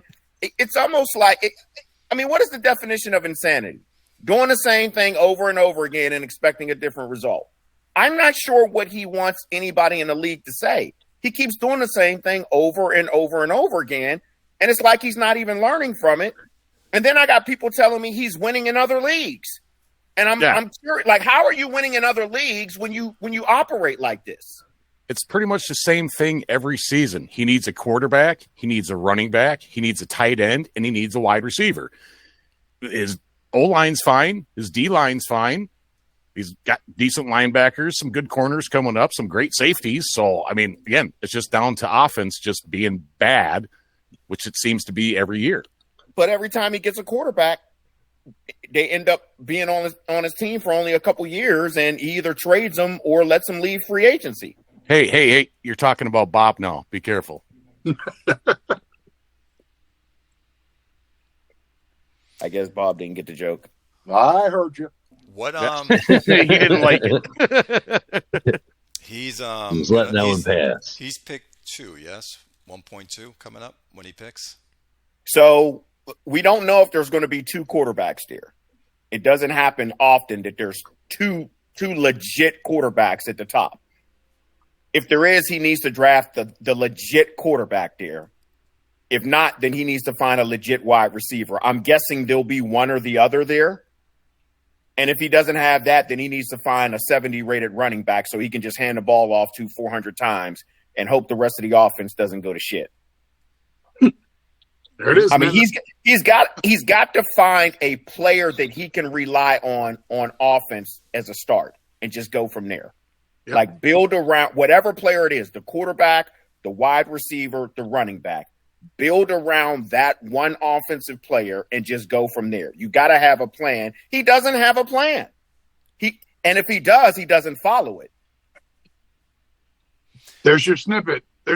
Clay. Put it on the TikTok. It'll go viral. It's great. Man. It's good stuff. All right. We're going to jump over now to the other conference, and we're going to start. Who won that conference, by the way? Was it Toronto? Yes, they did. So, Coyote won it. They went 11-5. North Plainfield went 10-6. Rochester went 7-9, and Harlem Red Zone went 5-11. Now I got to say, North Plainfield, I thought they were going to take the division because they were doing very well, but Toronto held on. So, go ahead. North Plainfield lost 3 of the last 4 games. That's why he didn't win the division, and one of them was to Toronto. That's why he didn't win. So Coyote had Mock playing 7 yards per attempt, 38 touchdowns, 26 interceptions, 85.4 quarterback rating, 62% completion. His running game was non-existent. And his defense was ranked number 6 in scoring. And he was ranked number 9 in scoring against. So I'm going to say this. Next season will be the real determination about how good of a GM Coyote Vice is, because the T-Zac effect has worn off. So it's really up to him now on how good this team is going to be going forward after this season. You can see with that talent, he only scored 400 points. Honestly, that's unacceptable. Like there's no reason why he shouldn't be putting up 500 points with that team. You think Mock is falling apart? Oh, Mock is definitely on the downswing. I mean, what is he, year 14? He's year 15. I mean, he's got to find a quarterback. I mean, he can find one in free agency or probably via trade. I don't know if he's going to get as much out of the next guy as what T-Zac and him have gotten out of Mock. But, I mean, he still has the wide receivers. He doesn't even need a stud quarterback. Schweiger's the best wide receiver in the league. Yep. And he's got 2 other guys. He's got Knight and he's got the young guy, Semino. Like there's no reason why he shouldn't be able to keep this passing offense going. They're all under year 6, well, under year 7 starting next year. So they can all play for another 4 or 5 years together. So he should have the cohesion on offense, even with a new quarterback. Yeah, I was going to say that's going to be a question to Mock, too, so whether he sticks around or not. Now, I don't know. I'm not sure if he wants to run the ball at all. He's always been a passing GM. Yep. I don't know if he's trying to run the ball maybe 15, 20 times a game just to try and get a little bit of balance. I don't know. I mean, Grimmer would know that. Grimmer talks to him. I have no idea. No, he's not trying to run. I just know there's a couple times where he lost a couple games in a row. I'm like, dude, this autopilot shit ain't working. He's like, I know, man. I just work's fucking killing him, and work like always kills that boy. So I guess the more available he is, the more better the team's going to be. But again, it's just going to rely probably on Mock. If he comes back one more year, I think he can keep it going.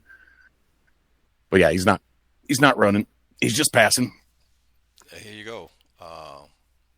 Walkley, 12 sacks, 23 hurries, 15 knockdowns. Pass rush technique is at 58. League scout. I don't have my scout up, so. See, and he's got a pass rush percentage of 9.8, which is pretty damn good. That's very good. So why is this guy so good and our guys suck? Yeah, he's playing 4-3 over too. So he got high endurance, and he's got the ratio 62 to 44 in the top two bars the right way. It's part of it. That's a pretty complete player, though. And we're going to go to North Plainfield. Nice run by him.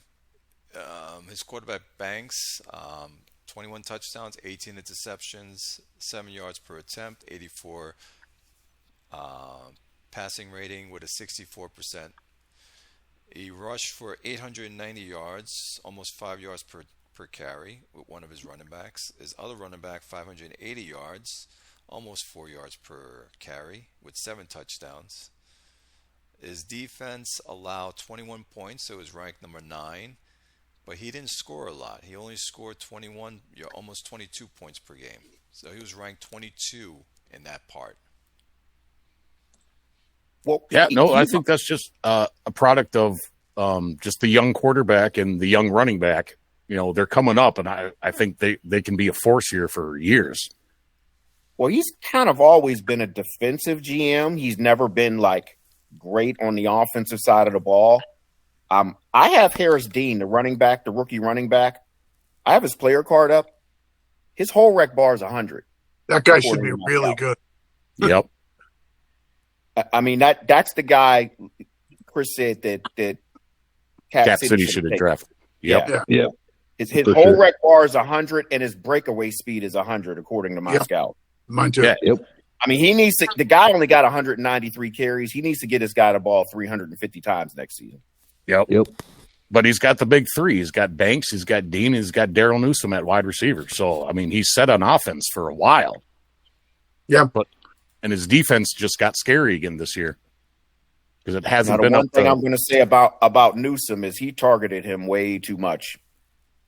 For his route running bar isn't even 70, and he threw him the ball 230 times. Holy shit! Yeah, That's way 70, too much. 70 too many.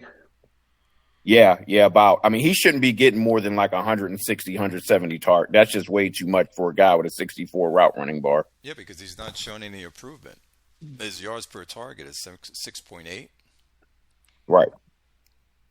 Yeah, last season it was 5.9. Well, look at the year before that, though. 9. It was 9. It was 9 yards when he only targeted him 120 times. I mean, the definition of overusage is this guy. Yeah, because he had 6 touchdowns that year that Jugs is speaking of, and he only had 6 touchdowns this year.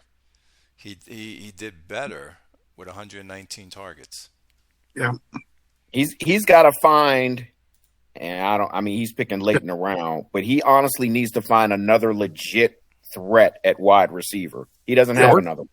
Or tight end. Or tight end, but he doesn't have either on the roster. Yep. It's just Newsome, and that's it. Yeah, he's got those low route running bars, guys who they lure you into thinking they do stuff, but in this game, that route running is just too. Mm-hmm. Yeah, it might be one piece away from this offense really working. Well, he turned it around. Love that running back, though. Absolutely love him. Yep. All right, so we're going to jump. My screen's going to jump. We're jumping to Rochester. There we go. So Rob, his team went 7-9. His quarterback, he had 2 different quarterbacks. Rose got hurt. Rose put up 26 touchdowns, 4 interceptions, very good, 109 passing rating, 8 yards per attempt. very good. That should be a really good team, right? Look at that stat line for that quarterback. How can this team have a losing record? Give me what the hell happened here? And he lost four. He lost Luckert. 4 of the last 5. Yeah, he lost Phil Luckert. I'm just trying to see. Because his running back, 862 yards, over 4 yards per attempt. Per carry. The other one was 522 yards, over 5 yards per carry. Yeah, his main wide receiver went down for the season in week 9, and I think that was a huge problem. But the quarterback still was lights out, 110 rating, 8.3 yards per attempt without the best receiver. Where was all that production going? Okay, but week 9 he went Williams. down. He had 27 targets in 9 games. Huh. Fuck that, huh?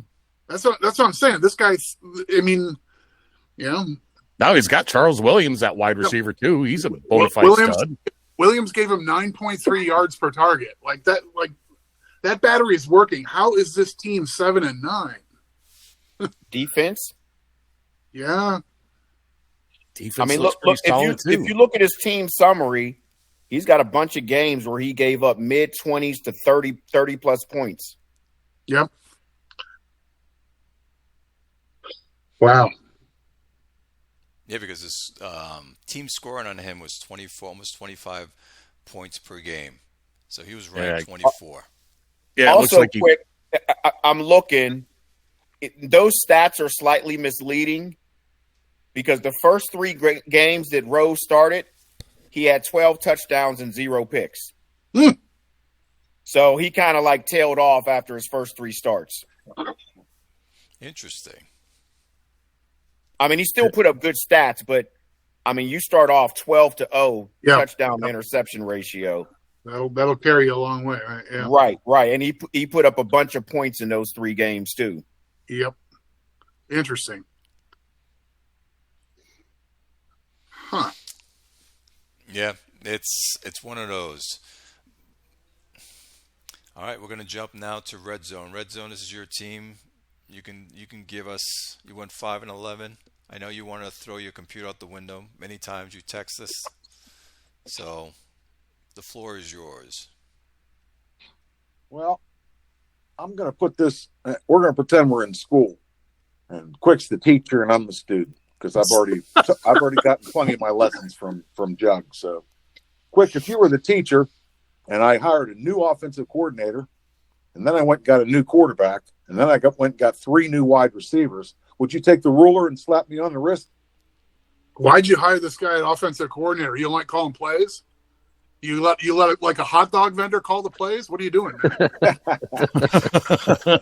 Well, I called the plays, but I wanted to go to West Coast to use my tight end, but my tight end doesn't want to catch the ball, so that's kind of a problem. But cohesion killed me. No matter what I did, it didn't work. Until we got to the last part of the year, where the last couple games we did okay. Maybe that's the momentum in the next season. I don't know. But, in the middle of the year, week 2 I played Outer Banks. So-and-so drops back to pass, throws a pass to so-and-so. He caught the pass. Well, if he caught it, it's a first down. As soon as I saw he caught the pass, it was a first down. He went up and down the field on us. Up and down. Pull that box score up and look at that. Which one? 30. We had 30 first downs. Week 2 against Outer Banks. 30 first downs. It was like 12 out of 19 on third down. Hold on. We'll get to here. Unbelievable. Well, I had a couple games like that, and I was just pulling out my hair, and I don't have much. I was pulling out my hair trying to figure out why we couldn't stop anybody. Every third down, they completed a pass, and I'm like, why can't we make a stop? I got 70 rated players up and down the board. Why can't we make a stop? So now I feel like somebody that's on Weight Watchers. I'm not allowed. I've gotten my ear bent from Jug so many times that I've come to the realization that I can't make any more trades. I can't change quarterbacks anymore, and I have to draft or sign free agents, and mostly draft. So we're going to sit here and keep everything together and try and rebuild some cohesion. Meyer was horrible for you. 52%, You know what, Clay? 9.6 yards per attempt. Clay, 19. I get it. You're looking at the finished product, the total of the numbers. But if you go in and watch Solovision, I don't know. This guy he was sacked 47 times. I mean, God knows how many hurries. How many drives? Hurry, incomplete punt, 3 and out. I mean, I don't think you can put much weight in that. I have no problem with Meyer. He'll still be here. So your offensive line was just letting people right through? Well, his sense rush is pretty low too, so that's an absolute contributor. It was the Matador offense. Look at left guard Percy Bills. Look at right tackle Zach Benson. Look at the sacks they gave up. All right, let's look at these guys. Well, see, and wow. And I chatted with Bob all season long, and here's what I don't understand about his team. He's got this guy Horner on the team that he drafted a few years ago. Ephraim Horner. He's a guard. Yeah. This guy should be playing better than what he is. And he isn't. I mean, his pass blocking bar isn't great, but his run blocking bar is decent. He can't even run block. Does this running back have like incriminating photographs of you? Is that what's happening there? Well, I told Bob that too. I said, I don't think he's that good. That guy's trash, man. Who are we talking about? New Tile? Yes, Newtile. That guy's got all the wrong bars, man. I said that. His whole rec bar is only 51. Yeah, it's the worst bar, though. That upside-down bar theory.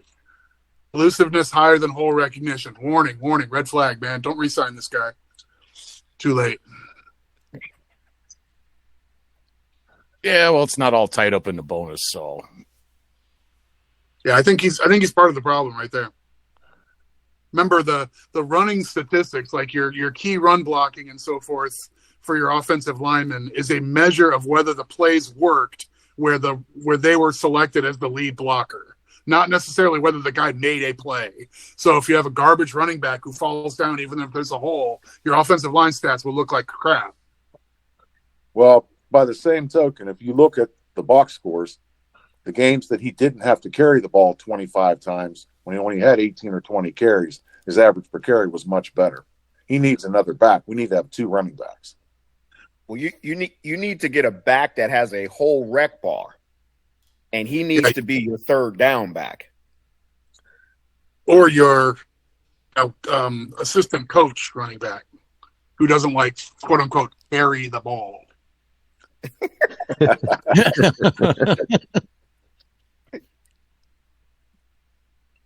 But quick, let me ask you something. Quick, I've seen you make guys like this work. Yeah, well, it's a little. We got all that affinity magic happening. That must be it, right? Oh, I mean, you've had a couple guys on your team. I mean, Quick's had a couple guys on his team over the years that didn't have high hole rec bars that got 800-900 yards rushing at true. 4.5 yards a clip. Yeah, I'm more willing than the average bear to hand the ball off on 2nd and 10. And a lot of people don't like that situation. It may not be an overall positive metrics, but I'm kind of into that. So I get a lot of empty 7-yard carries on 2nd and 10. Gotcha. Well, so I mean, Quick's running back right now, Rutan, 4 yards a carry, whole rec 53, elusive 78. I don't like that guy. He ran okay this year. Yeah, but doesn't mean he's got to like him. Yeah, 4. That's true. 4.2. Like, I'm not happy with 4.2. I should be getting better than that. I've got a lot of investment in my offensive line. I demand better than 4.2. I want 4.6. I love when people rip apart their teams. Get him out of here. He's garbage, man. Or players. Yeah, Red Zone. We hear you on what you're saying. What pick do you have, Red Zone, coming up? 1.3. 1.3. Oh, I have 3? Or is it 5? I don't know. What are you going for, Red Zone? Oh, you don't want to say it on here. Well, I'll say. I mean, you don't have to if you don't want to. I've got 5 wide receivers right now that I can't even afford to pay, so I don't need a 6th one. And I've drafted 2 in the top 5 in the last 3 or 4 drafts that didn't turn out. So I'm not going to waste another pick on a wide receiver. I'm not Matt Millen. I like the quarterback. I'm going to keep him. If there's a stud running back sitting there, that might sway me. Otherwise, I think I'm trading down. You got 1.5. Okay. I just don't know. I need to see the draft class, but if there isn't a real stud running back in that 5, he'll probably be gone. Would you trade your 1.5 to another team that has a proven wide receiver, young proven wide receiver, that they're willing to release because they have extra receivers on their team? Would you do that? He's trying to set up a trade between you and him, Bob. Yeah, because he's got a couple of wide receivers that he wants to get rid of. Or Tucker. That's like every 45 minutes Ben has another superstar receiver, right? So. Yep. I think I need more than one player, and I think a wide receiver isn't what's going to help me take the next step. I think our O-line needs completely rebuilt. Okay. Well, not completely, but I have the 2 centers. So one center is going to have to play guard while the other one plays center. And my left tackle, amazingly, I looked at him today. He's only given up 1 sack in his entire life. So I guess he can stay at left tackle. But the right guard and the right tackle, Benson won't be back. He'll probably retire. Efrain Horner isn't doing the job. Percy Bills isn't doing the job. And the rookie I drafted last year, the jury's still out, but I didn't see it enough to make me confident that he's going to do anything. I just saw that your team, your quarterbacks were sacked 48 times. Yeah. 48 times. And imagine how many hurries. And the left tackle didn't give up anything. We gave up 1 sack the whole year. By the way, he's another relative bar theory guy, by the way. So, well, I got his team summary up. If you go to his offensive line, he had the worst blocking offensive line as far as pass rush. He was last in the league. Like I said, pull up the game logs and look at how many drives. First down, incomplete pass, hurry. Second down, sack. Third down, incomplete pass, hurry. Fourth down, punt. All game long. Didn't matter what plays you put in, change your game plan, try and throw short, try and run more. Didn't make any difference. Yeah, it shows on your scoring offense. You put up 19 points per game. You were That's 28. The cohesion killed me no matter what I did.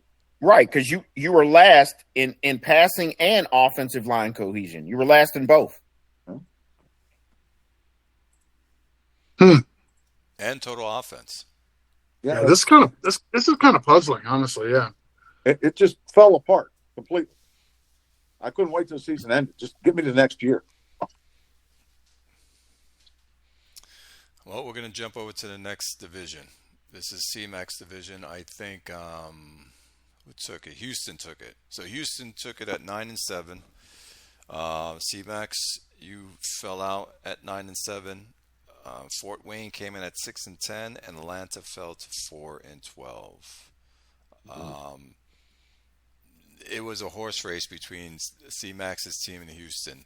But C-Max, I know we'll talk about your team next. You were not confident in what was going on. But Emmons, he's still around, the quarterback. He put up 58%, 6.8 yards per attempt, 21 touchdowns, 12 interceptions, and 82 passing rating. His running game was subpar. And his defense allowed 22 points, almost 23 points per game, ranked 14. So is it me? And I mean, I have his player card. I see he's been in the league for 12 seasons. But is it me? It seems like Emmons been playing in the league for 20 seasons. It feels like it. I agree. That's why he said, I can't believe he's still there.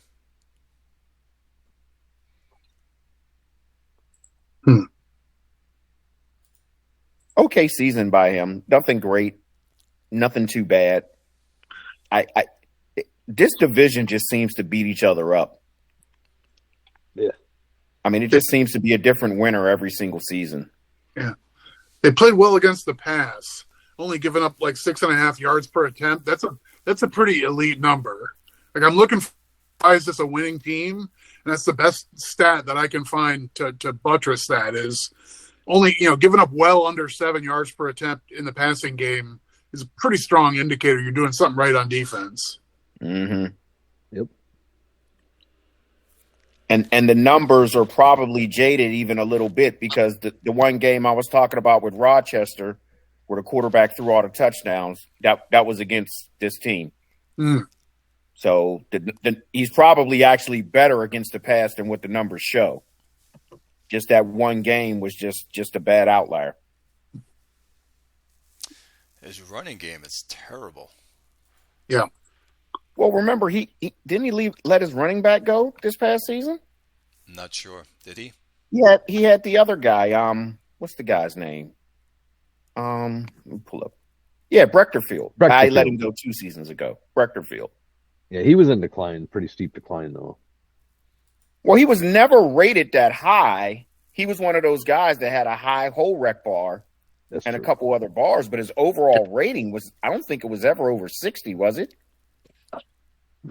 And now candidates, we got Borderline. 37 hole rack bar, and you get 3 yards a carry. That's what happens. Yep. Well, League Scouts showing at 0 hole wreck. Yeah. One of his running backs. The other one, I believe, is at 20, not 20, 30. What is it? 38. League Scouts Yeah. showing. Yeah. So Well, that's why his running game is awful. There you go. Yep. Mhm. That'll do it every time. And he's handing the ball off to his fullback 58 times. Which, I mean, Given the I other, tried it It was before. his most successful running back. right? You know what? You're absolutely right. You're absolutely right. But I've tried that before. The single back Joe Gibbs offense doesn't work in FOF. Like it just, regardless of what your fullback's whole rec bar is, it could be 100. He's still not going to average 4+ yards a carry if you give him the ball more than like 4 times a game. He's just not. Does the game multiply it down? Not multiply it down, but subtract it down. The whole wreck of a fullback. Even though you're seeing 100, maybe it's 30.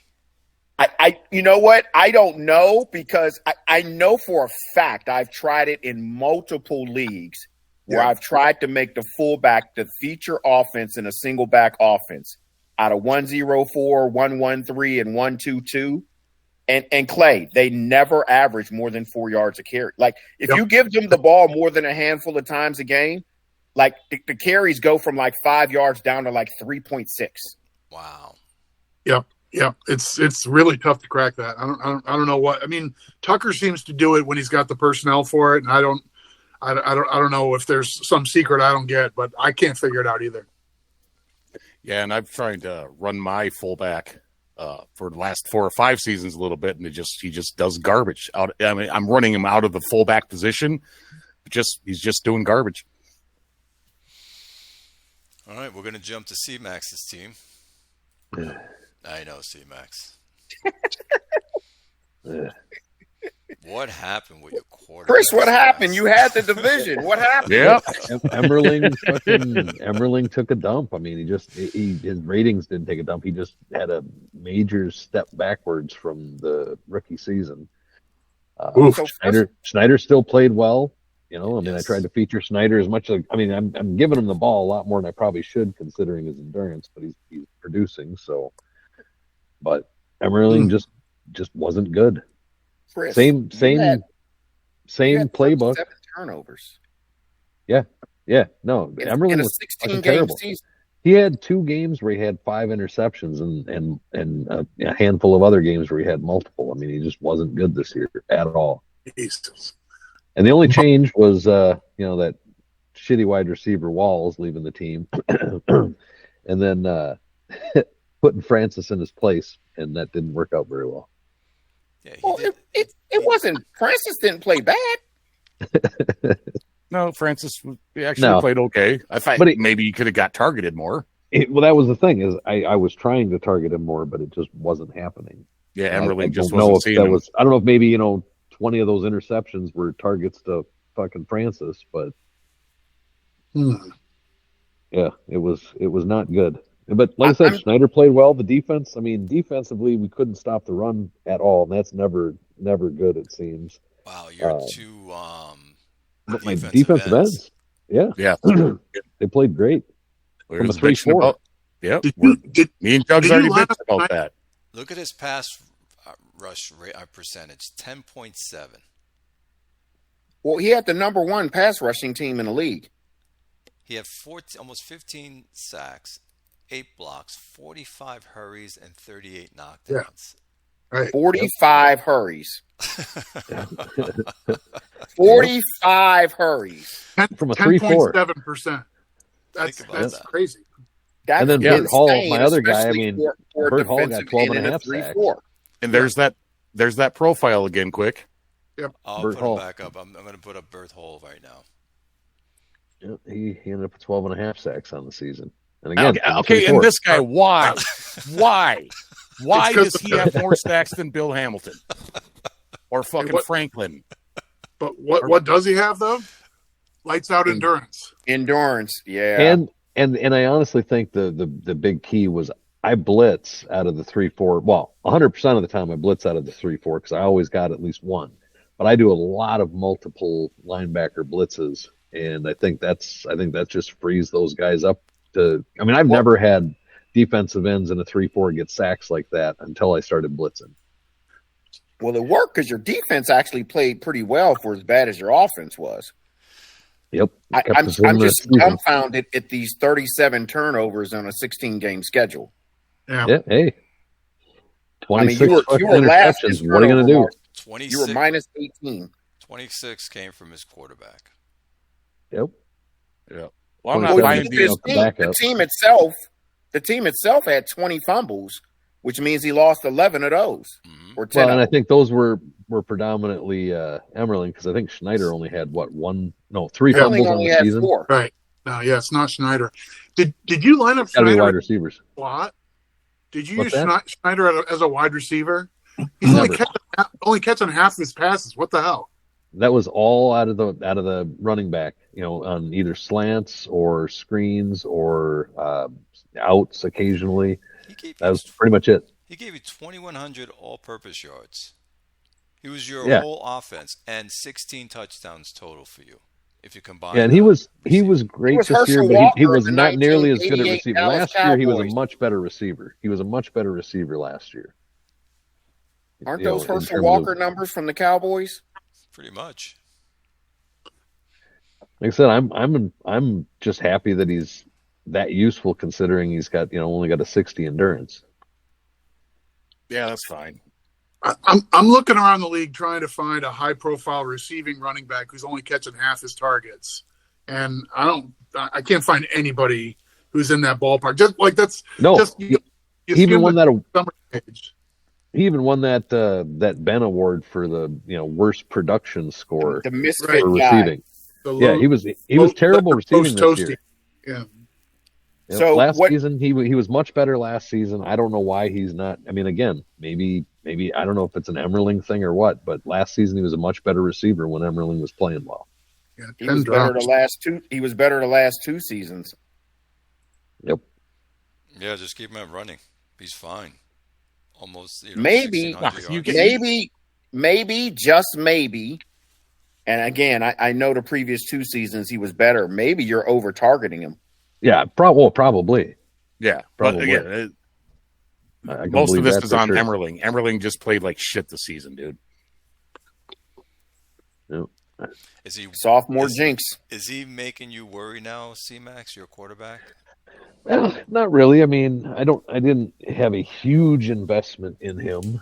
It's not like I traded up for him, significantly or anything. So I don't know. I mean, I think he's still got a chance. He played good his rookie season. He's, if he can get back to that next season, great. If not, well, I mean, again, 113, I wasn't expecting a great quarterback. Yeah, and he's a full affinity guy too, Emmerling. So he's got like exceptional and then regular and then strong. So yeah, we'll see. He might come around. He might not. Who knows? I mean, I'm still optimistic that he had a good, like I said, last season he was playing well till the injury, but maybe that's the problem. Maybe the injury, just ruined him. I would. I mean, just my opinion. I would play that guy all next year just to see what you have. Yep, for sure. Oh, absolutely. Yeah. There's no doubt about that. He'll probably play the next 2 he's years, my quarterback. sure. Yeah, he honestly looks here. like he has the bar profile to be an above average quarterback. Yep. Yeah. I mean, I think he's got a chance. I'll keep playing him, but he's not guaranteed to get re-signed. I guess if he has a horrible season this season, maybe I just play out his rookie deal. But we'll see. If he plays terrible, maybe he'd be cheap. And he's also of the green persuasion. So yes, like I said, I haven't lost hope in him yet. It was a bad season, but he still looks like he has a chance. But other than that, I just I need a tight end. I need Emmerling to play better, and then I need a secondary, so I don't have to blitz all the time. You're going to be Honestly, if I were you, I wouldn't change anything on defense. yeah. I can't stop the run. Too many games. I just got destroyed. When I couldn't stop the run. I mean, add a player here. I mean, you got rid of. Didn't you get rid of one of your linebackers? yeah. I got rid of Norfleet, and I got rid of Doss, my cornerback, and Yeah, I mean, also just got add rid a of my player here and nose there. tackle. I lost quite a few high quality defensive players based on cap issues. But you only allowed almost 22 points per game on offense. I mean, on defense. Yeah, it's You- still you top ranked number 10. 8. For as many Yep. turnovers as you had, that actually was pretty impressive.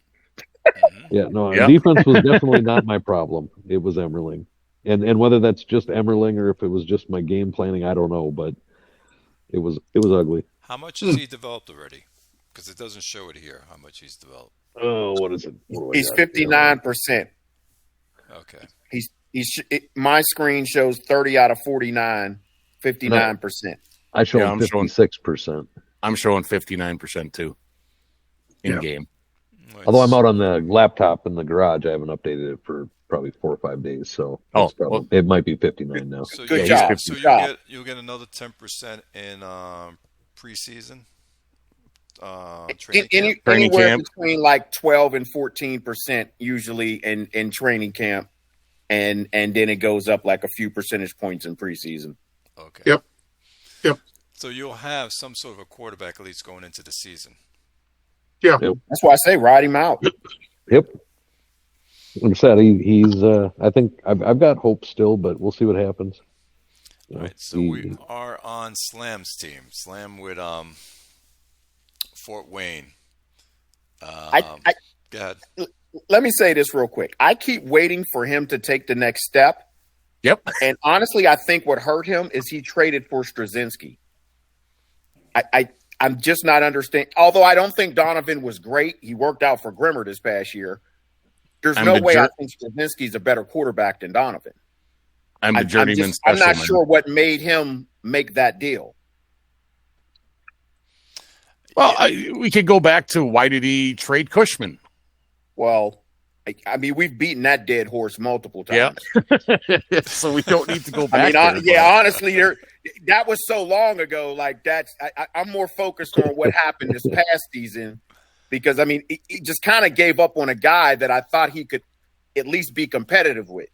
Maybe not win a championship, but you could go 9-7, 10-6 with that guy. Grimmer just proved that this year. Yeah, I like Donovan. Who Grimmer has. I agree with you, Jugs. I don't know why he traded him and got this guy. Now, Slam has always been good with his running game. And so he always gets his running backs going. He always just has problems with his passing game. Right. Yep. And Donovan was a good quarterback, good enough quarterback, and I agreed to have brought him to a 10-6 record.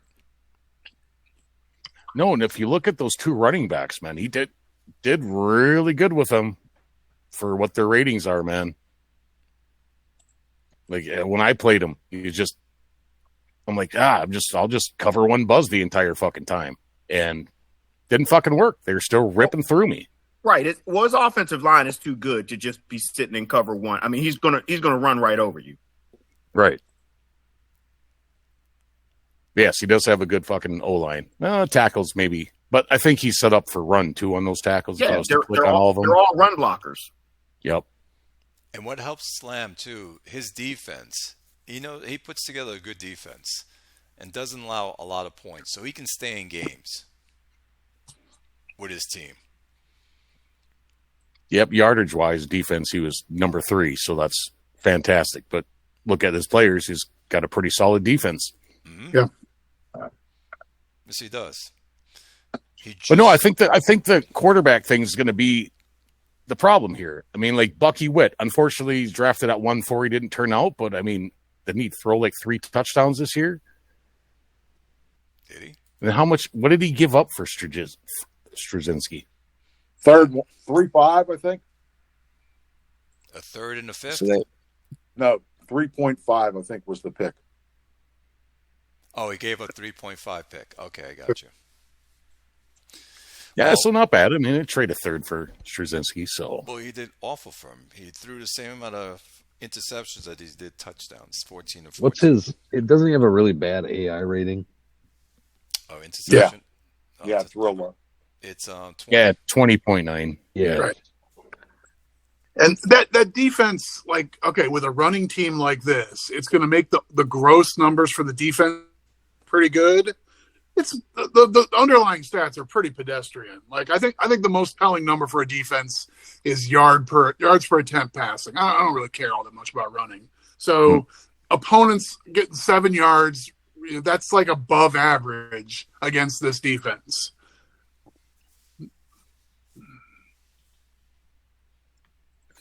So yeah, I mean they look okay, by the numbers that we can see on the screen there. Yep. But that's just like total stuff. That's a lot of time. The other, his offense is moving the ball, moving the chains, running the clock, running the ball, right? And that's probably helping quite a bit. Yeah, but this is not an overpowering defense by the numbers. Yeah, the team summary shows 7 yards per attempt was 23rd in the league. Yeah, right. So around average, maybe a little worse than average in the overall playing against the pass. But if you look at his history as a GM, his first year he went 13-3. Then he fell off, built up his team, made a wild card, then dropped down again, made the wild card and dropped down again. So, he can't get over that hump because of the quarterback for some reason. It's quarterback play. It seems, yeah. All right, so that was Slam, and the last is Sweendog. Sweendog with Atlanta. Atlanta dropped to 4-12. Wasn't Sweendog in the playoffs last season? Oh, he was 9-7 last season. What the hell happened to his team? That's I don't know. I mean, he went 10-6, 11-5, 9-7, and then made the playoffs those 3, and then 9-7 last year. He's got Meadows. I mean, I know Kendrick's getting a little bit old.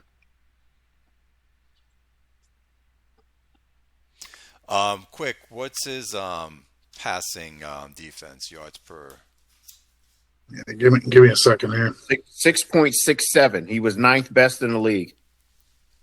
As far as total yards, he was number 1 against the pass. He was 10th in total yards against. His defense actually played well. He gave up a lot of yards rushing, but yeah, who cares? In the offense, I mean, it wasn't horrible. He was middle of the pack. I'm trying to figure out how he went 4-12. I don't see anything in here to show me why he went 4-12. Yeah, quarterback's replacement level. His running game was fine.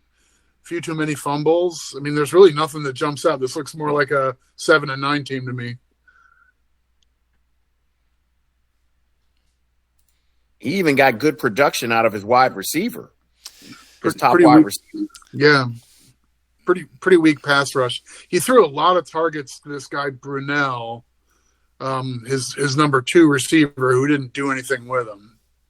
Yeah. Guy's got really low courage. Maybe he's putting this guy over the middle. Like maybe he's playing him in the slot, throwing him over the middle, trying to make down. Like what happened there?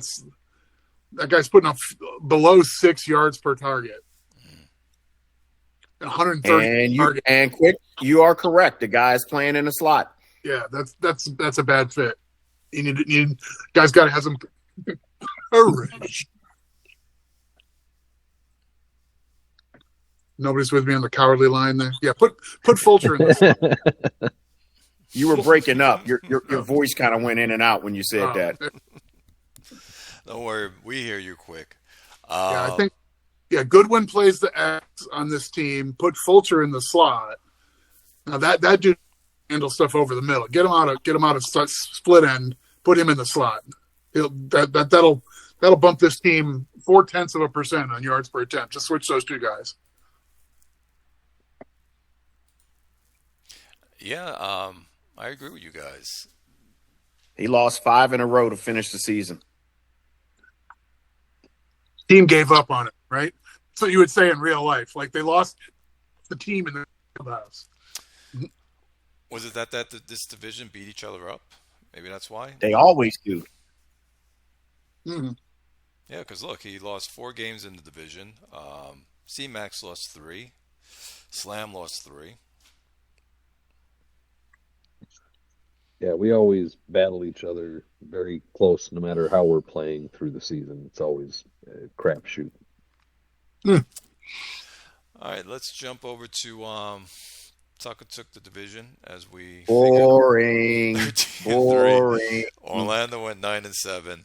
Snapfinger 8-8. I thought Snapfinger was going to go higher. He had a nice run, but something happened. And Augusta went down to 7-9.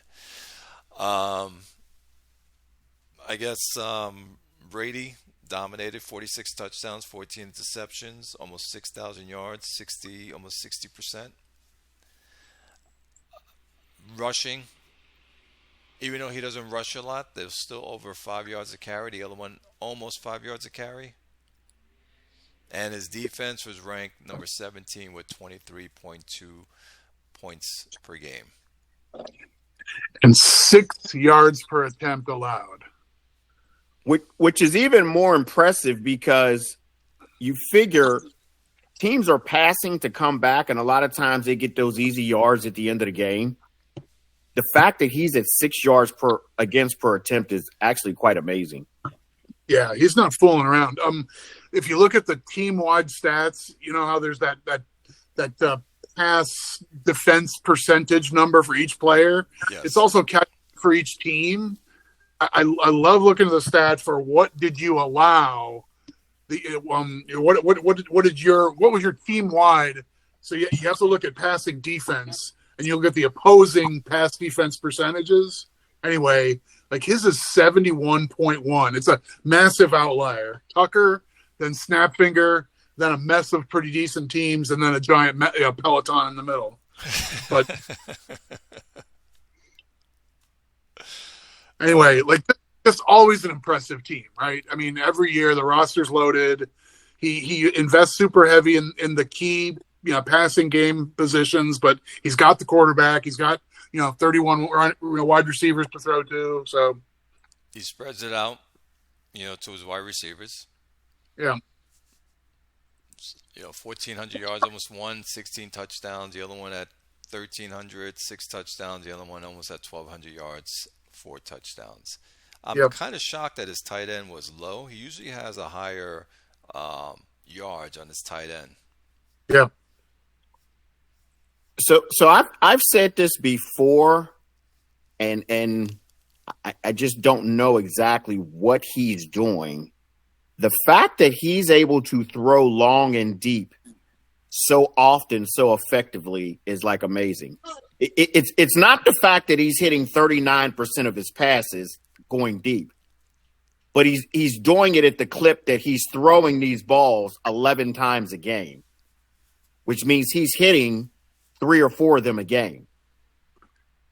That's crazy. It's crazy that he's actually that successful throwing that many times downfield. Well, didn't he explain that on one of the Saturday shows we did? I thought he talked a bit about the passing deep. I think he said, well, one of the things I know he said was every play is best fit. and he felt like that made a difference. Yeah. He also, I think he engineers a game plan so that he's almost not following the exact same play for a second time in the game. So he's got his stuff figured out, that he's looking at each of those categories like, okay, I need to go like 9 plays deeper, and I don't want to show the same play twice. I mean, I don't know who else does that, but he's that guy. Like he's the guy who mows his lawn with like toenail clippers, right? That's who he is. Yep.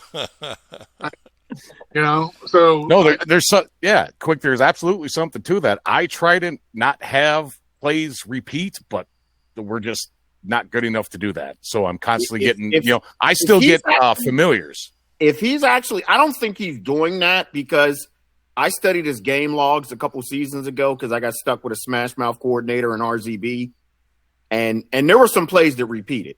But if he does have some plays that don't get repeated, that would explain why he's so effective throwing the ball downfield. Yeah. Amazing.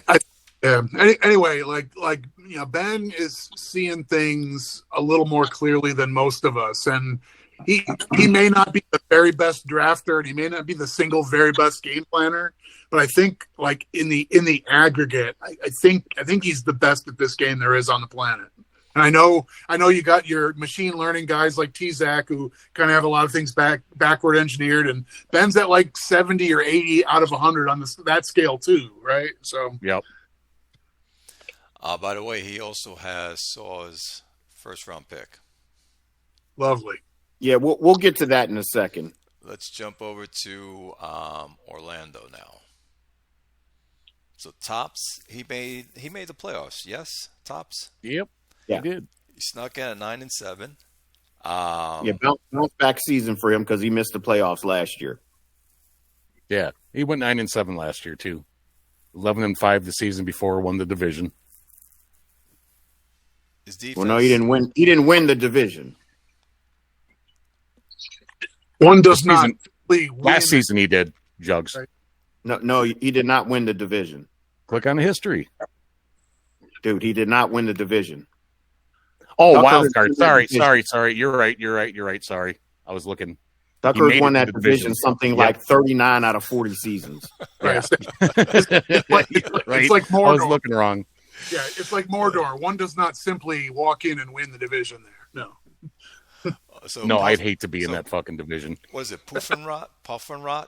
Whatever his Poffenroth. Yeah, 64%, 7.48 yards per attempt, 25 touchdowns, 17 interceptions, 89 passing rating.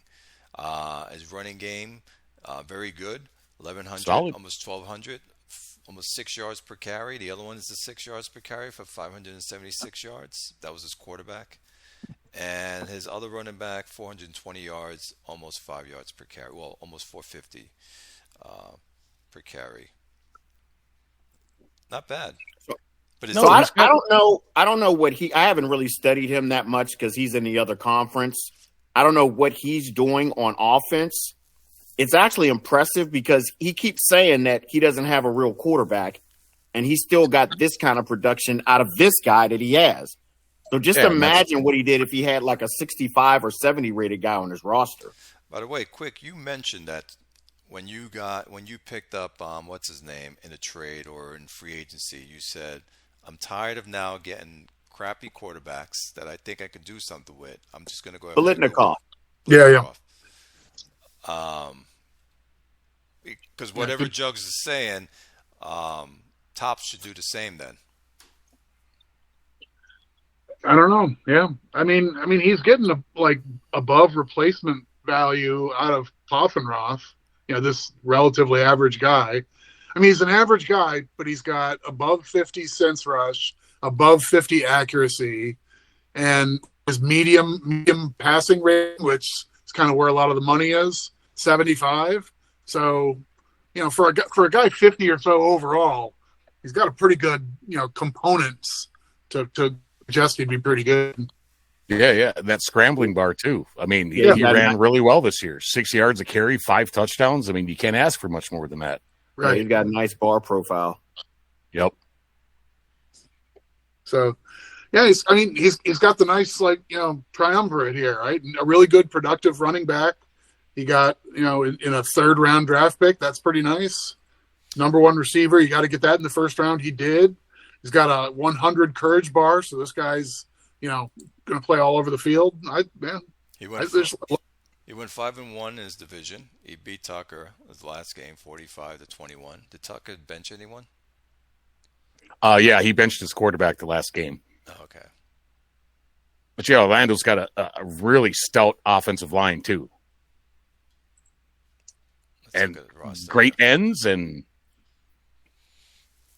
yeah, he's really built a solid team.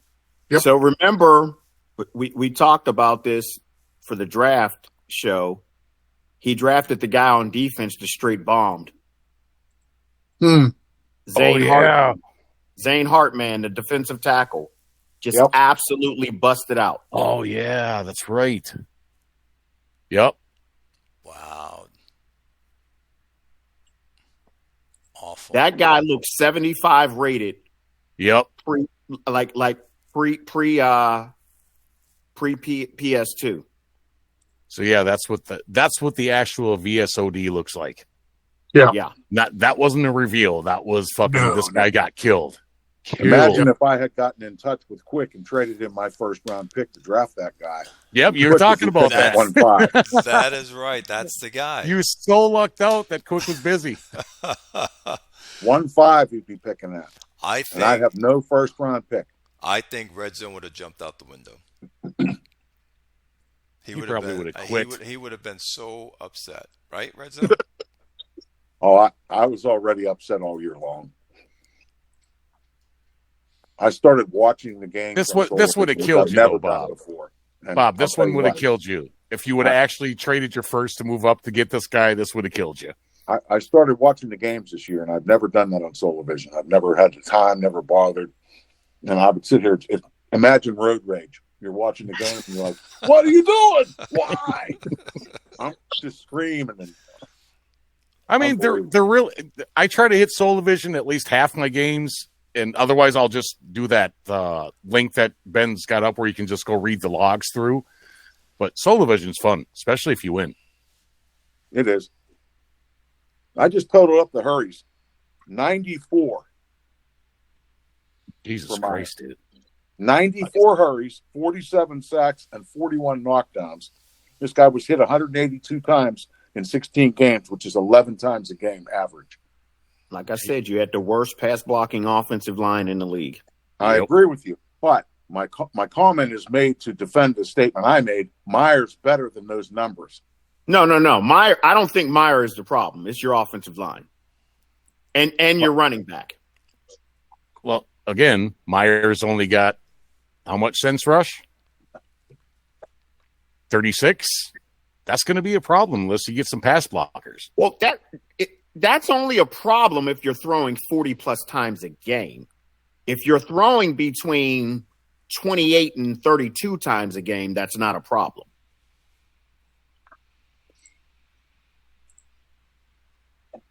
Well, it looks like you're going to be getting some offensive linemen, like you said, Red Zone. Yep. All right, we have 94 hurries. I think is that a record? Quick, have you ever seen anything higher than that? I don't know. That's not a pretty situation. That's terrible.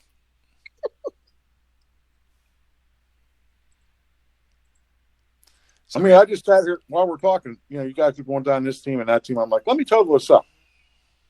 11 from Texas, 10 from North Plainfield, but the best one is 14 from Houston in one game. Oh, that's 14 incomplete passes. Yes, yep. It is. Yeah. So take 94 and subtract that from his attempts.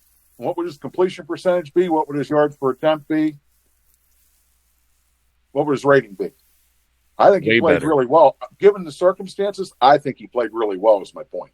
Well, yeah, take off 50 of those, and he's in the money. He could have thrown 30 picks, and he didn't. All right, so would you trade your 1.5 to get 2 picks to pick up 2 offensive linemen this draft if they have the players there? we'll have to see what the class looks like. I mean, like Jug said, if there's a stud running back and he falls to 5, that might be hard to pass up. It's going to be interesting to see that when that draft comes and that's the play, and you have very good offensive linemen sitting out there. I want to see who you're going to go after. Well, I'll be honest. I think we need a right tackle and a right guard, but I'll look at a running back. We'll see. Okay. So we got Snapfinger up. He was doing very well, and then he fell off the cliff. I think he was at 9-4 or 8-4 when he played us, and then he just started losing. So Snapfinger's done this the last 4 seasons where 10, 11, 12 games in, he's in playoff position, and then the last quarter of the season, he just falls apart. He's done it the last 4 seasons. So now you can see right on screen there his injury list. That could have been a factor. And his defense is still bad, but he's fully admitted that he's working on that, and he has. I mean, he drafted that defensive end this year and the year before. Cade. And the year before that, he drafted that Burt Rickles linebacker. So he's working on that. But again, I don't understand it always seems like he collapses at the end of the year. And I don't get it. Like I said, 4 seasons in a row, he's been in position for a playoff spot, and he's lost like 3 in a row, 4 in a row, 5 out of 6. He's done it the last 4 seasons. Yes. Leach. It's just such a bummer because Leach is I fucking love Leach. I always talk about Leach. Dude, his bar profile is just absolutely incredible. He's just but even playing on this team and losing, he's played well. So it's never been fucking him. I mean, I know last season he got injured for 6 games, so that kind of took him out of the playoffs. But this year, man, there's no excuse, dude. Like 4,700 yards, 29 touchdowns, 12 interceptions. I know. He gets sacked a little bit too much, but fuck, man. Just a bummer. See, this goes to show how bad his defense, most likely his defense, has been over the years that Leach has been there. Leach's touchdown to interception ratio is 304 to 152, 2-1. His starting QB record is 72 and 121. He's 50 games under 500. Yep. It should have never been, especially with the receivers he's had over there over the years. It's just the he's got defense. That guy, Ezra Ellert, who's probably the second best wide receiver in the league behind Schweigert. Yep. And Ellert's career numbers are just, if you pull up his player card. I'm pulling up right now. I mean, he's his fucking career insane. numbers are insane. Yep. And he's got Christian Wilcox, and then, I mean, he's just always had great wide receivers over there, too. Look at that. Those bars are just sexy. Look at his yards. Look at his yards per target for his career. 8.1. Yes. 8.1.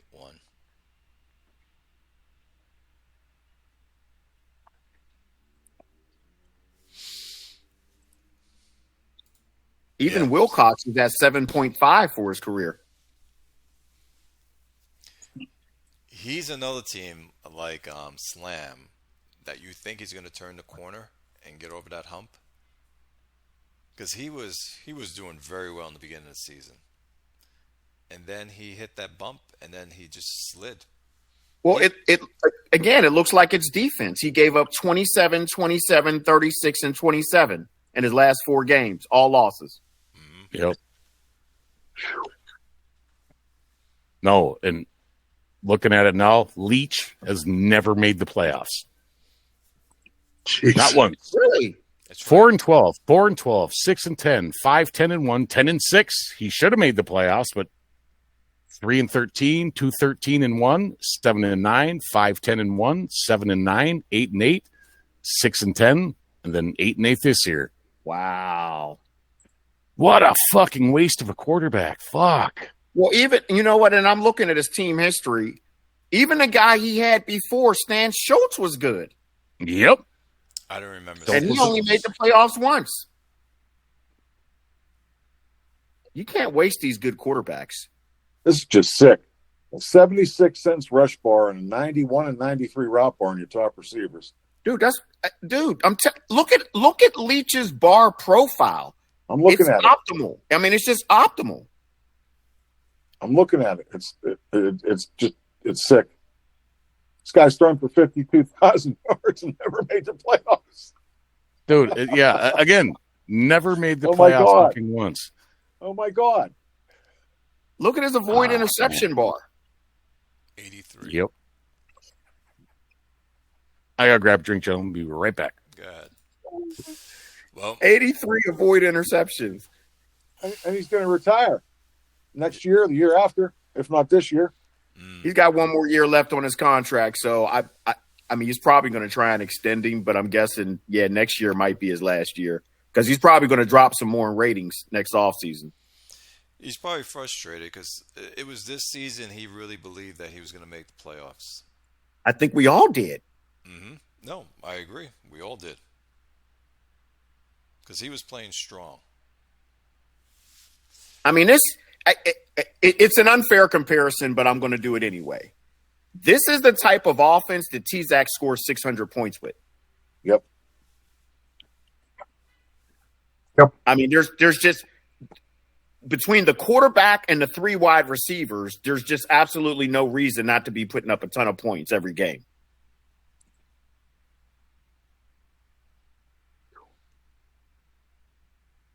Now, should he run less with his team? I mean, I'd have to look at his offensive line. Well, to be fair, he's in a pretty tough division because Top Talie's a little better GM than people realize. He's tough. And Sawblade is no day at the beach either. So then you have Ben. I mean, that's a pretty tough division. So I'm looking, and it looks like part of the problem, he's got an okay running back. The running back has an 85 hole rec bar. Part of the problem is he doesn't have a solid offensive line. He's got a left tackle. The left guard looks okay. The center, right guard, and right tackle are all under average. Like all three of them. I guess then it's for him to go after linemen. And he probably felt like since he had Leach, he didn't need the offensive lineman, but I mean, his offense would probably be more explosive if he had a couple better pass blockers in front of him. Yeah, he's playing a right tackle with a void and run blocking. That guy could be a minus 30. Yeah, and he had 42% key run blocks. How do you figure that? Small sample. 33 plays?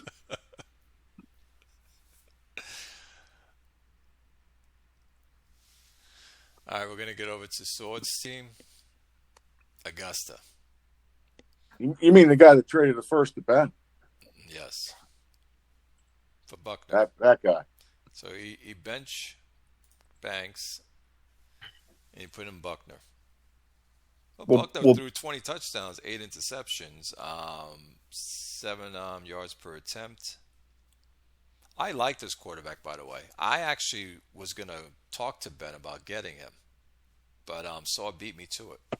I like the quarterback, and I even said to Bob, I said, call me crazy, and for everything that I've said for the last 3 calendar years on the radio show, I said I probably would have traded for that quarterback if I actually had the cap room, but I didn't have the cap room, so it really didn't matter. I like the quarterback too. The puzzling thing to me is with Saul being in his division, there's just absolutely no way I give Ben a first-round pick. I mean, I'm speaking from somebody who's in the other conference. There's just being in the same division, I'm not giving somebody, especially Ben. Ben is going to be winning, 12-plus games every year. And if you falter at all, not only does he have an early first-round pick, he still has his late first-round pick. And now he can move up to 1.1 or 1.2 and get another 80-rated wide receiver.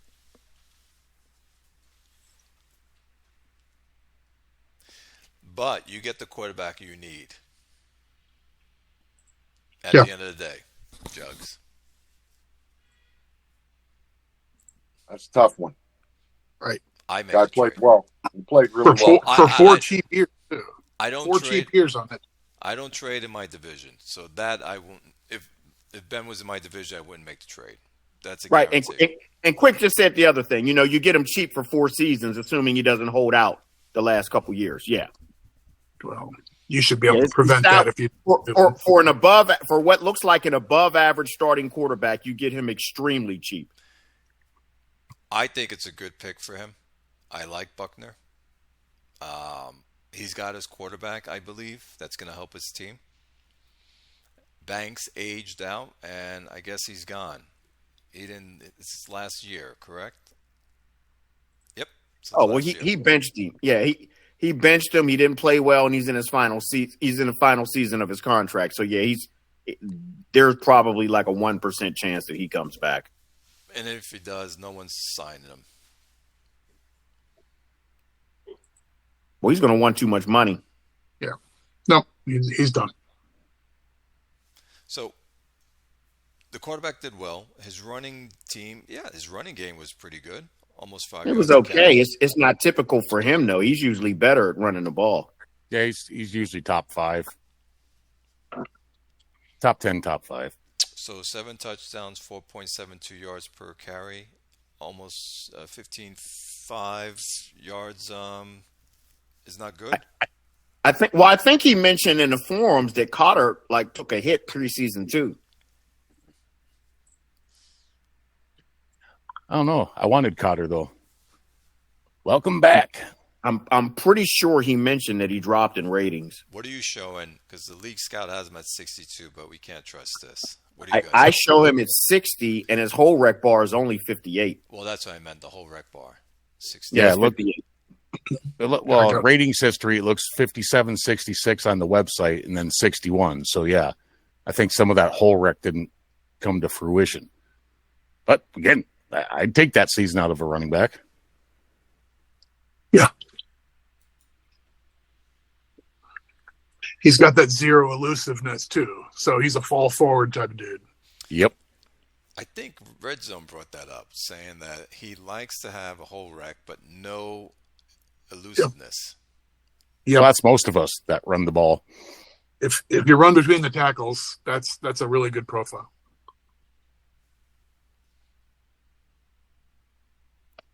Well, his defense gave up 23 points per game.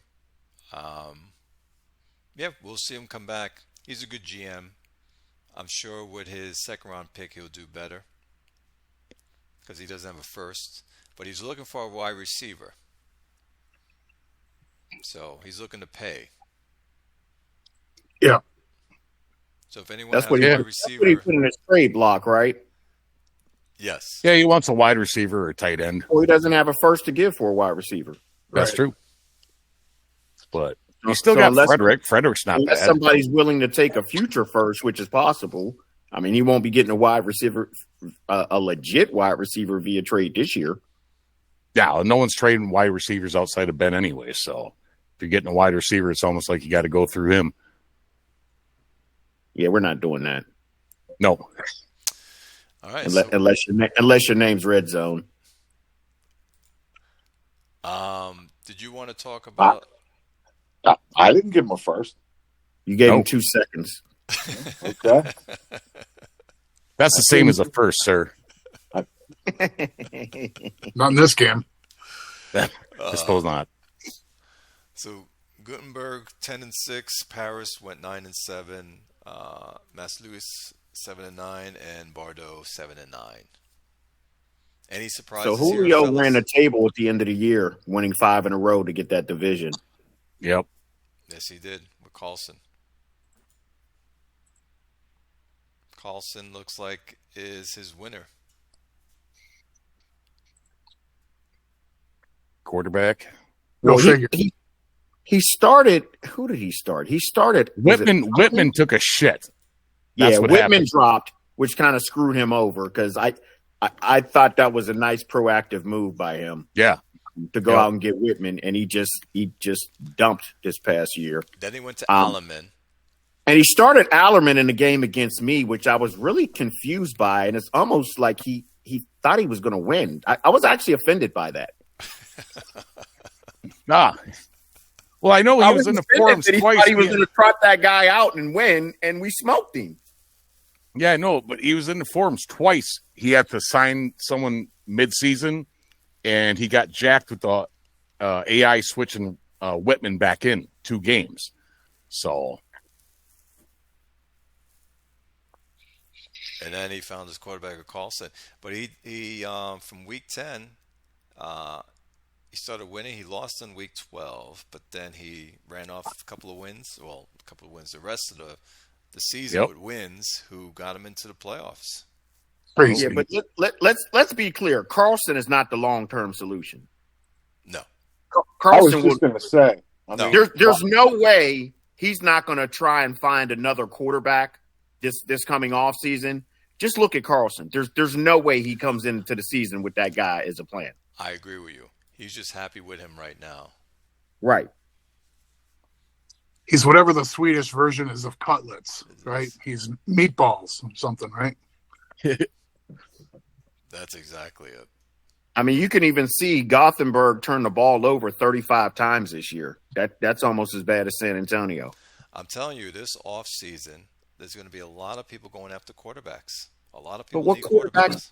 But where are the quarterbacks at, Clay? Where are you going to get one? There aren't none. I haven't said there are any. I'm just saying that if there are any out there, there's going to be a ransack of GMs going after them. Because he needs one, Gutenberg, right? I need one. Who else? Is there any team that actually has 2 quarterbacks? Is there any team that has 2 quarterbacks? I don't think so. No. So what quarterbacks are they going to go after? I meant there aren't any free agents. I meant in a draft. I mean, what are the chances that you're going to see more than 2 legit starting quarterbacks in the draft? It's going to be interesting. I'm going to count how many quarterbacks get picked up in the draft. Well, 6 or 7 could get picked up. That don't mean they're all worthy of starting. True. That is true. But there's a lot of teams that need quarterbacks that they're riding on a broken wheel bicycle right now. Broken wheel bicycle. Wow. There we go. That's exactly it. Paint that picture for us, Clay. Do it.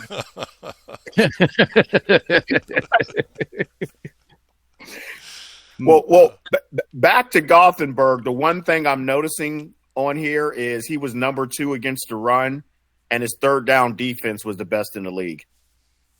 So that's probably why he's in the playoffs right now. Yep, that'll do it. I mean, nothing else stands out about the stats on his team. Nothing. On offense or defense, those are the only 2 stats. He was solid against the run, and third down conversions, he was the best in the league. Now let's go to Paris. Now he took a step back after taking 2 steps forward last year. Yeah, that sucked. It was 12-4 the year before, and the year before that, 10-6. Well, he went to the all pass offense. Yeah. And if you click on McDonald's individual game by game stats, there were a ton of games where he threw more than 60 passes. I mean, you have to, right? Yeah, I mean, it's all pass. You don't get the 950 without. Usually when you see like 60 passes, there's like 550 yards or 600 yards passing behind it. Like he had these games where, prime example, I'm looking at this game against, let's go with the final game of the season. Yeah. He threw 75 passes and he only had 432 yards.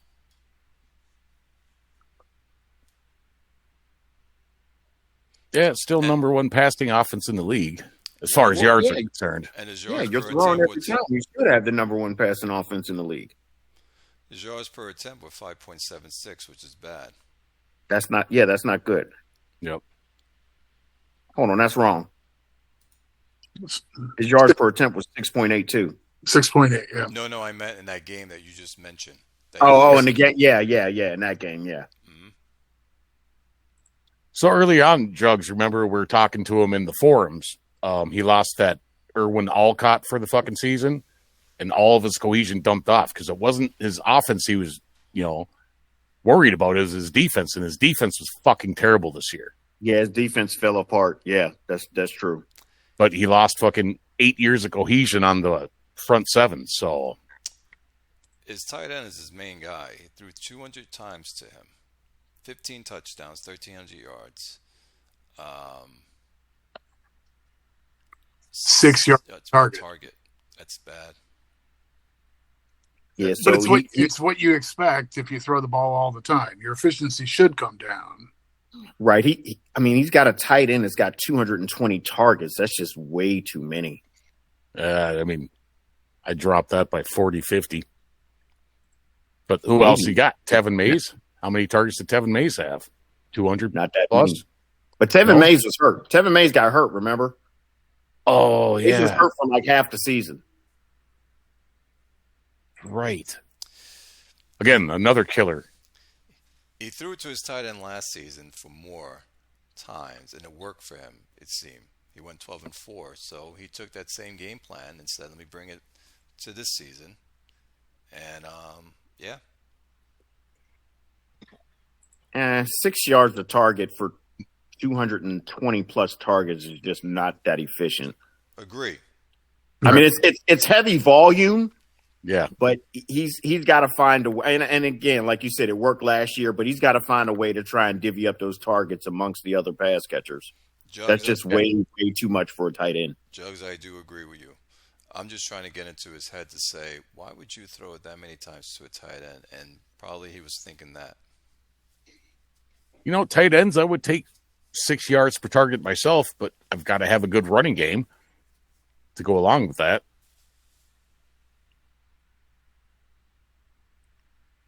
So this is all passing thing. Bordeaux is doing the same thing, I believe, and we'll get to his team next. So we got two teams in the division doing all passing offense.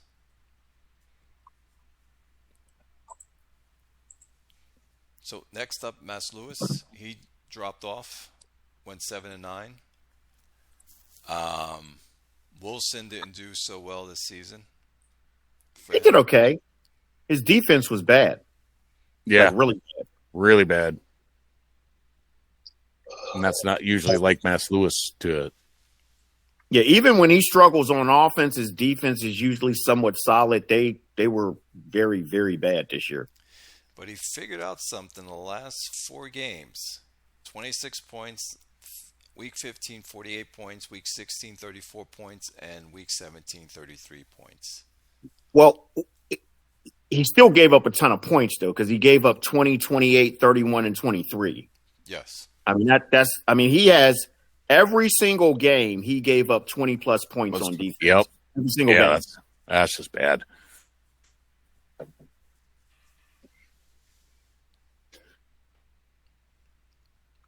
And usually, I'm checking right now, he's a big cohesion guy. Yeah. And I was about to say, I'm almost willing to bet his cohesion fell off, and he's 75-75 in both categories on defense. Usually when I look in game on cohesion, he's usually like high 80s and higher. Yep. I mean, he tries to keep every last player on his team until they're ready to like not only retire but get buried.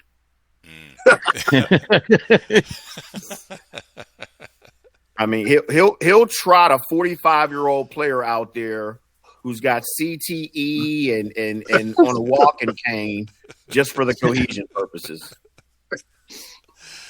That was funny.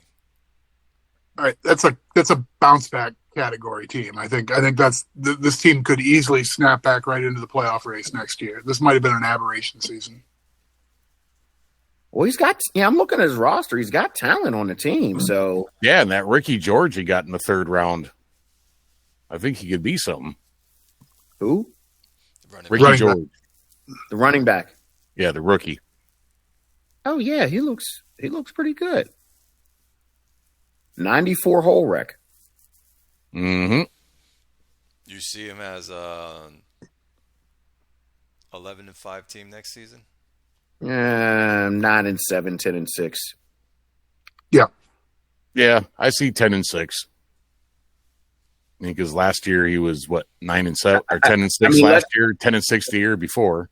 I mean, again, that division is no cakewalk. Paris has gotten better, and he still's got to deal with Julio and Gutenberg, as you say. Yep. So he's always going to have a at least a tough couple games just between them. Yes, Handful of games. Mm-hmm. And last is Bordeaux.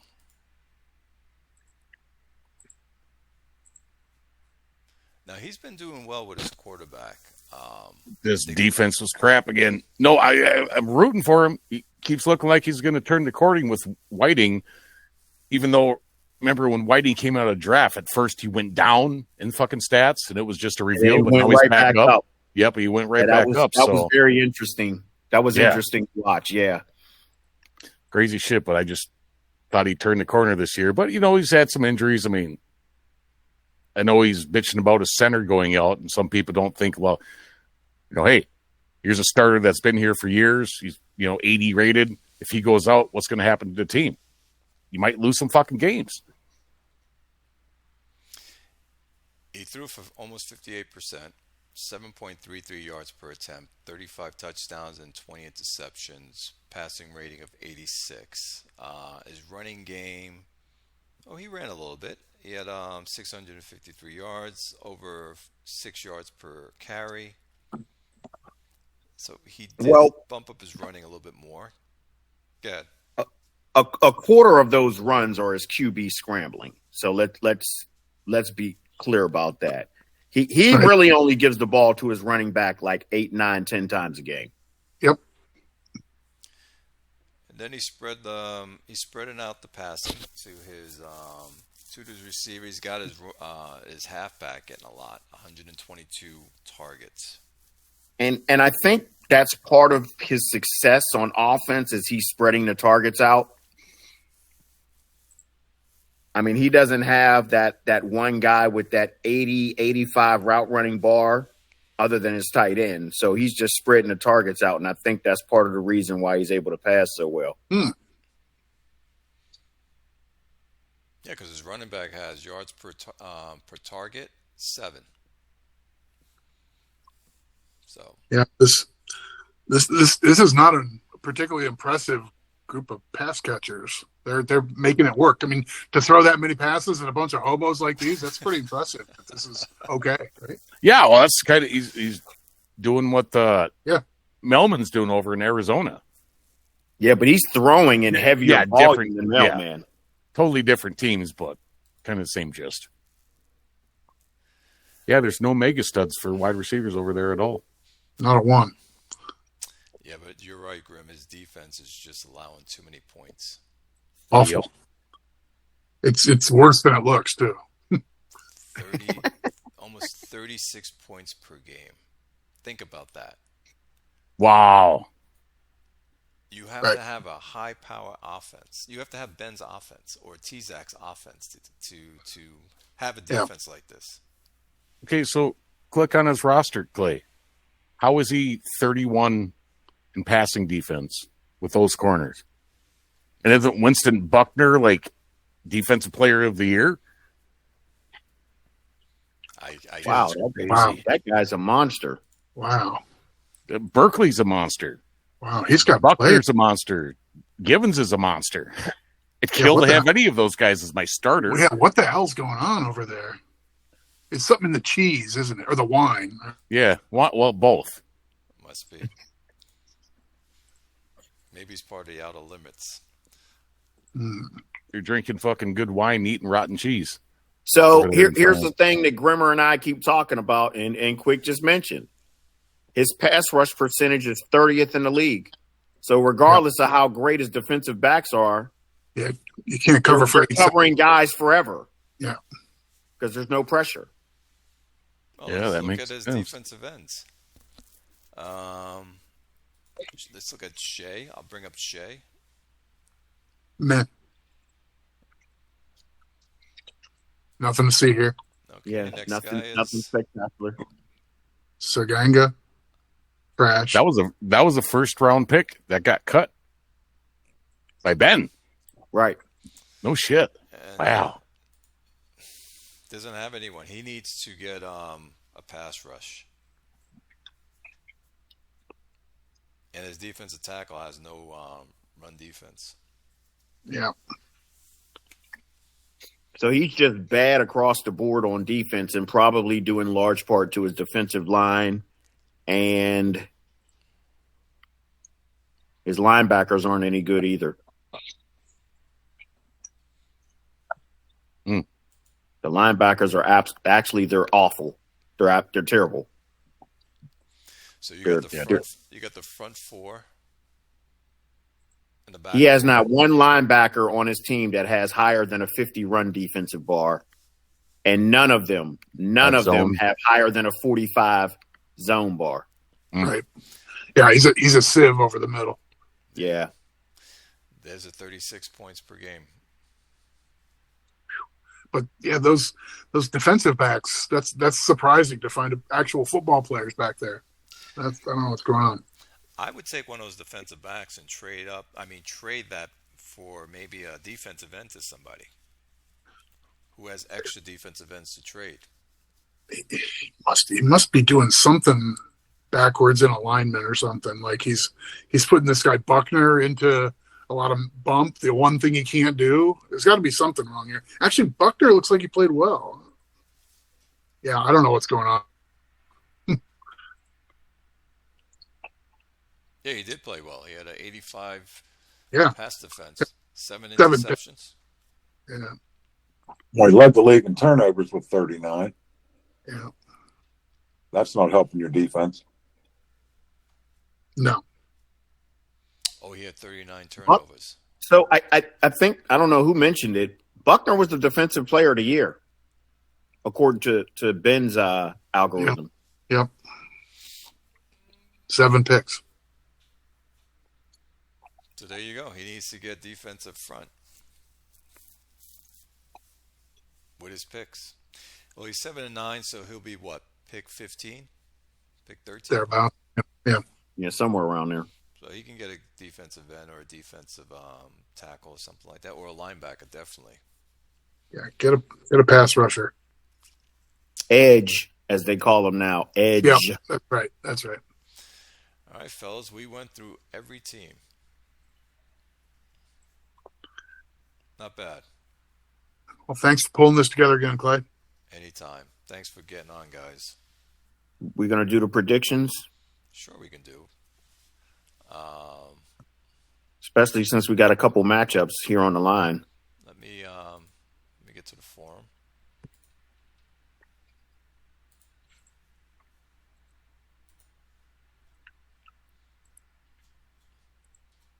Scroll down to the games. There we go. All right, we'll put up first Kansas City going to Williamsburg. I didn't know I was going to you. That sucks. Well, you didn't win the division. How did you figure you had a home game? I know. I'm just giving Grim a hard time. Oh, okay.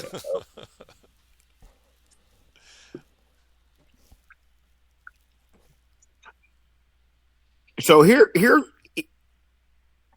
Oh, sorry, I was muted. Sorry, Jugs. I was talking You the whole can't time. you can't pull the game up, but so in game, I just always get a kick out of this. In game, if you pull up the matchup, play, you're better at quarterback, running back, receiver, offensive line, defensive line. The only thing Williamsburg is better at is linebacker. You got the advantage in just about every single category, and it has you winning by 4. Click that I game just of the always get a week. kick out of looking at that stuff. On the road. That's crazy. Right. Which means you would be favored by 10 if you were at home. That's insane. Crazy. Yeah, click that game of the week, Clay, on our shit where it says game of the week. Click that. Oh, okay. There we go.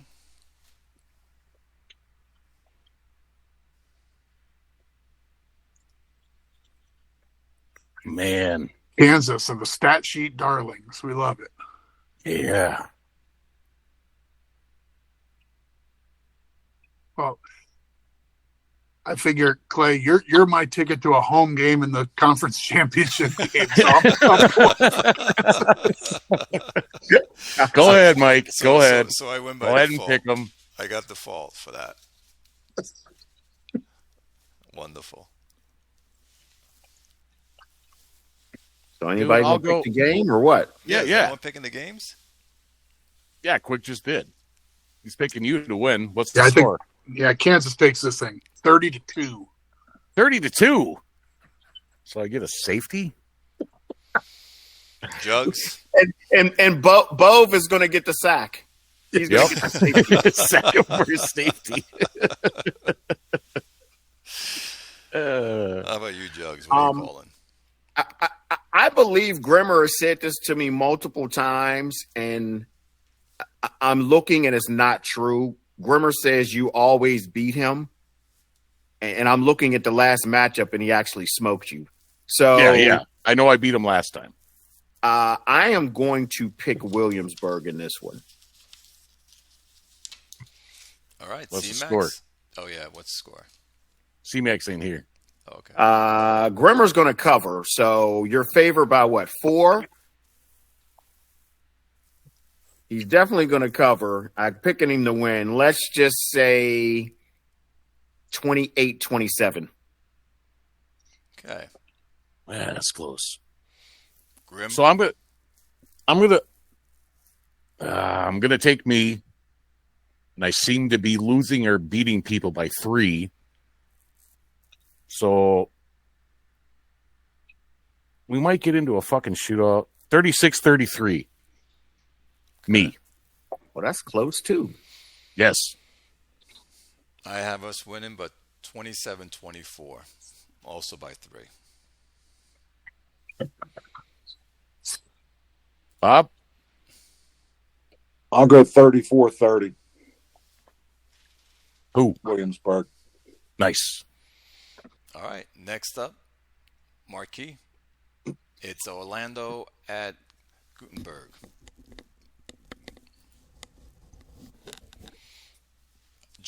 Grim, you can go first on this one. I gotta take Julio at home, man.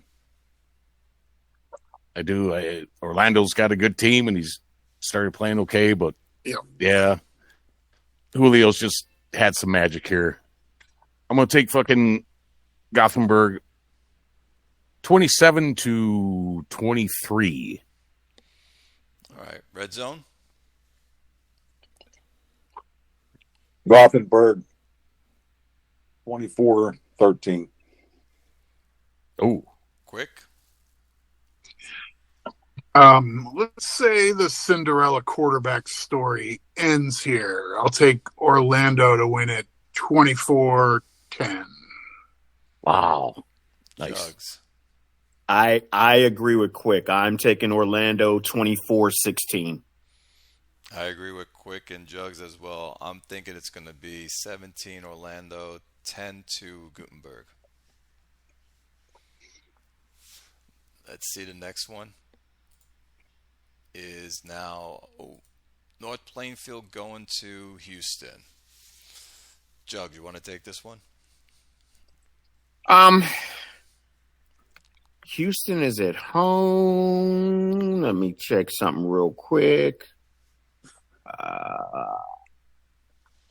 They didn't have much of a home field advantage this year. Let's go with North Plainfield on the road. 20-16. Grim? I'm taking Ken on this one, man.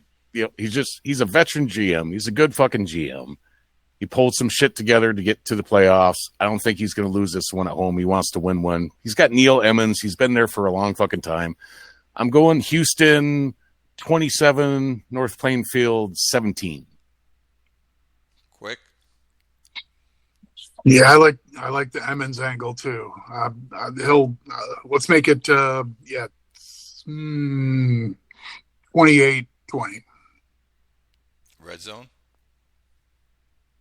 Gotta love home underdogs in the playoffs. That's Houston. 27-20. I think North Plainfield wins this 13-10 over Houston. What? That's what I think. Hold on. What was the score you said? 13-10. Oh, damn. Okay. Pitcher's duel. And last is, good one. We have Quick with Chesapeake going to Oakland. And since you guys will go in first, I'll start this one.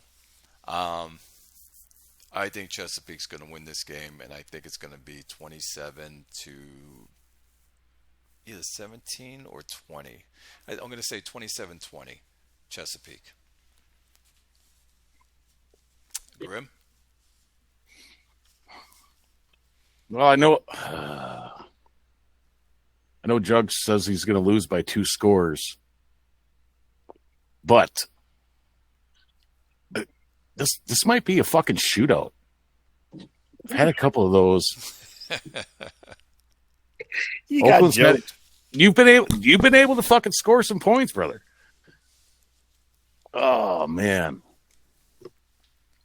So I'm going to take Jugs on this one. Oakland 39, Chesapeake 35. What? Oh, wow. Okay. 39-35, man. Red zone? That's a tough game. Just based on the struggles so far this year, I'm going to say Quick 28-24, but I won't be surprised if it goes the other way. All right, so Quick, I'll give you this one. Yeah, I don't think this one gets out of hand. I think probably in the 20s also. I like the matchup here for us, even though I do think Oakland's underrated by the numbers. But I like us like 28-20, something like that. Good, Jugs. I am going to say 30-17, Chesapeake. Ugh. All right. Fellas, that was a good time.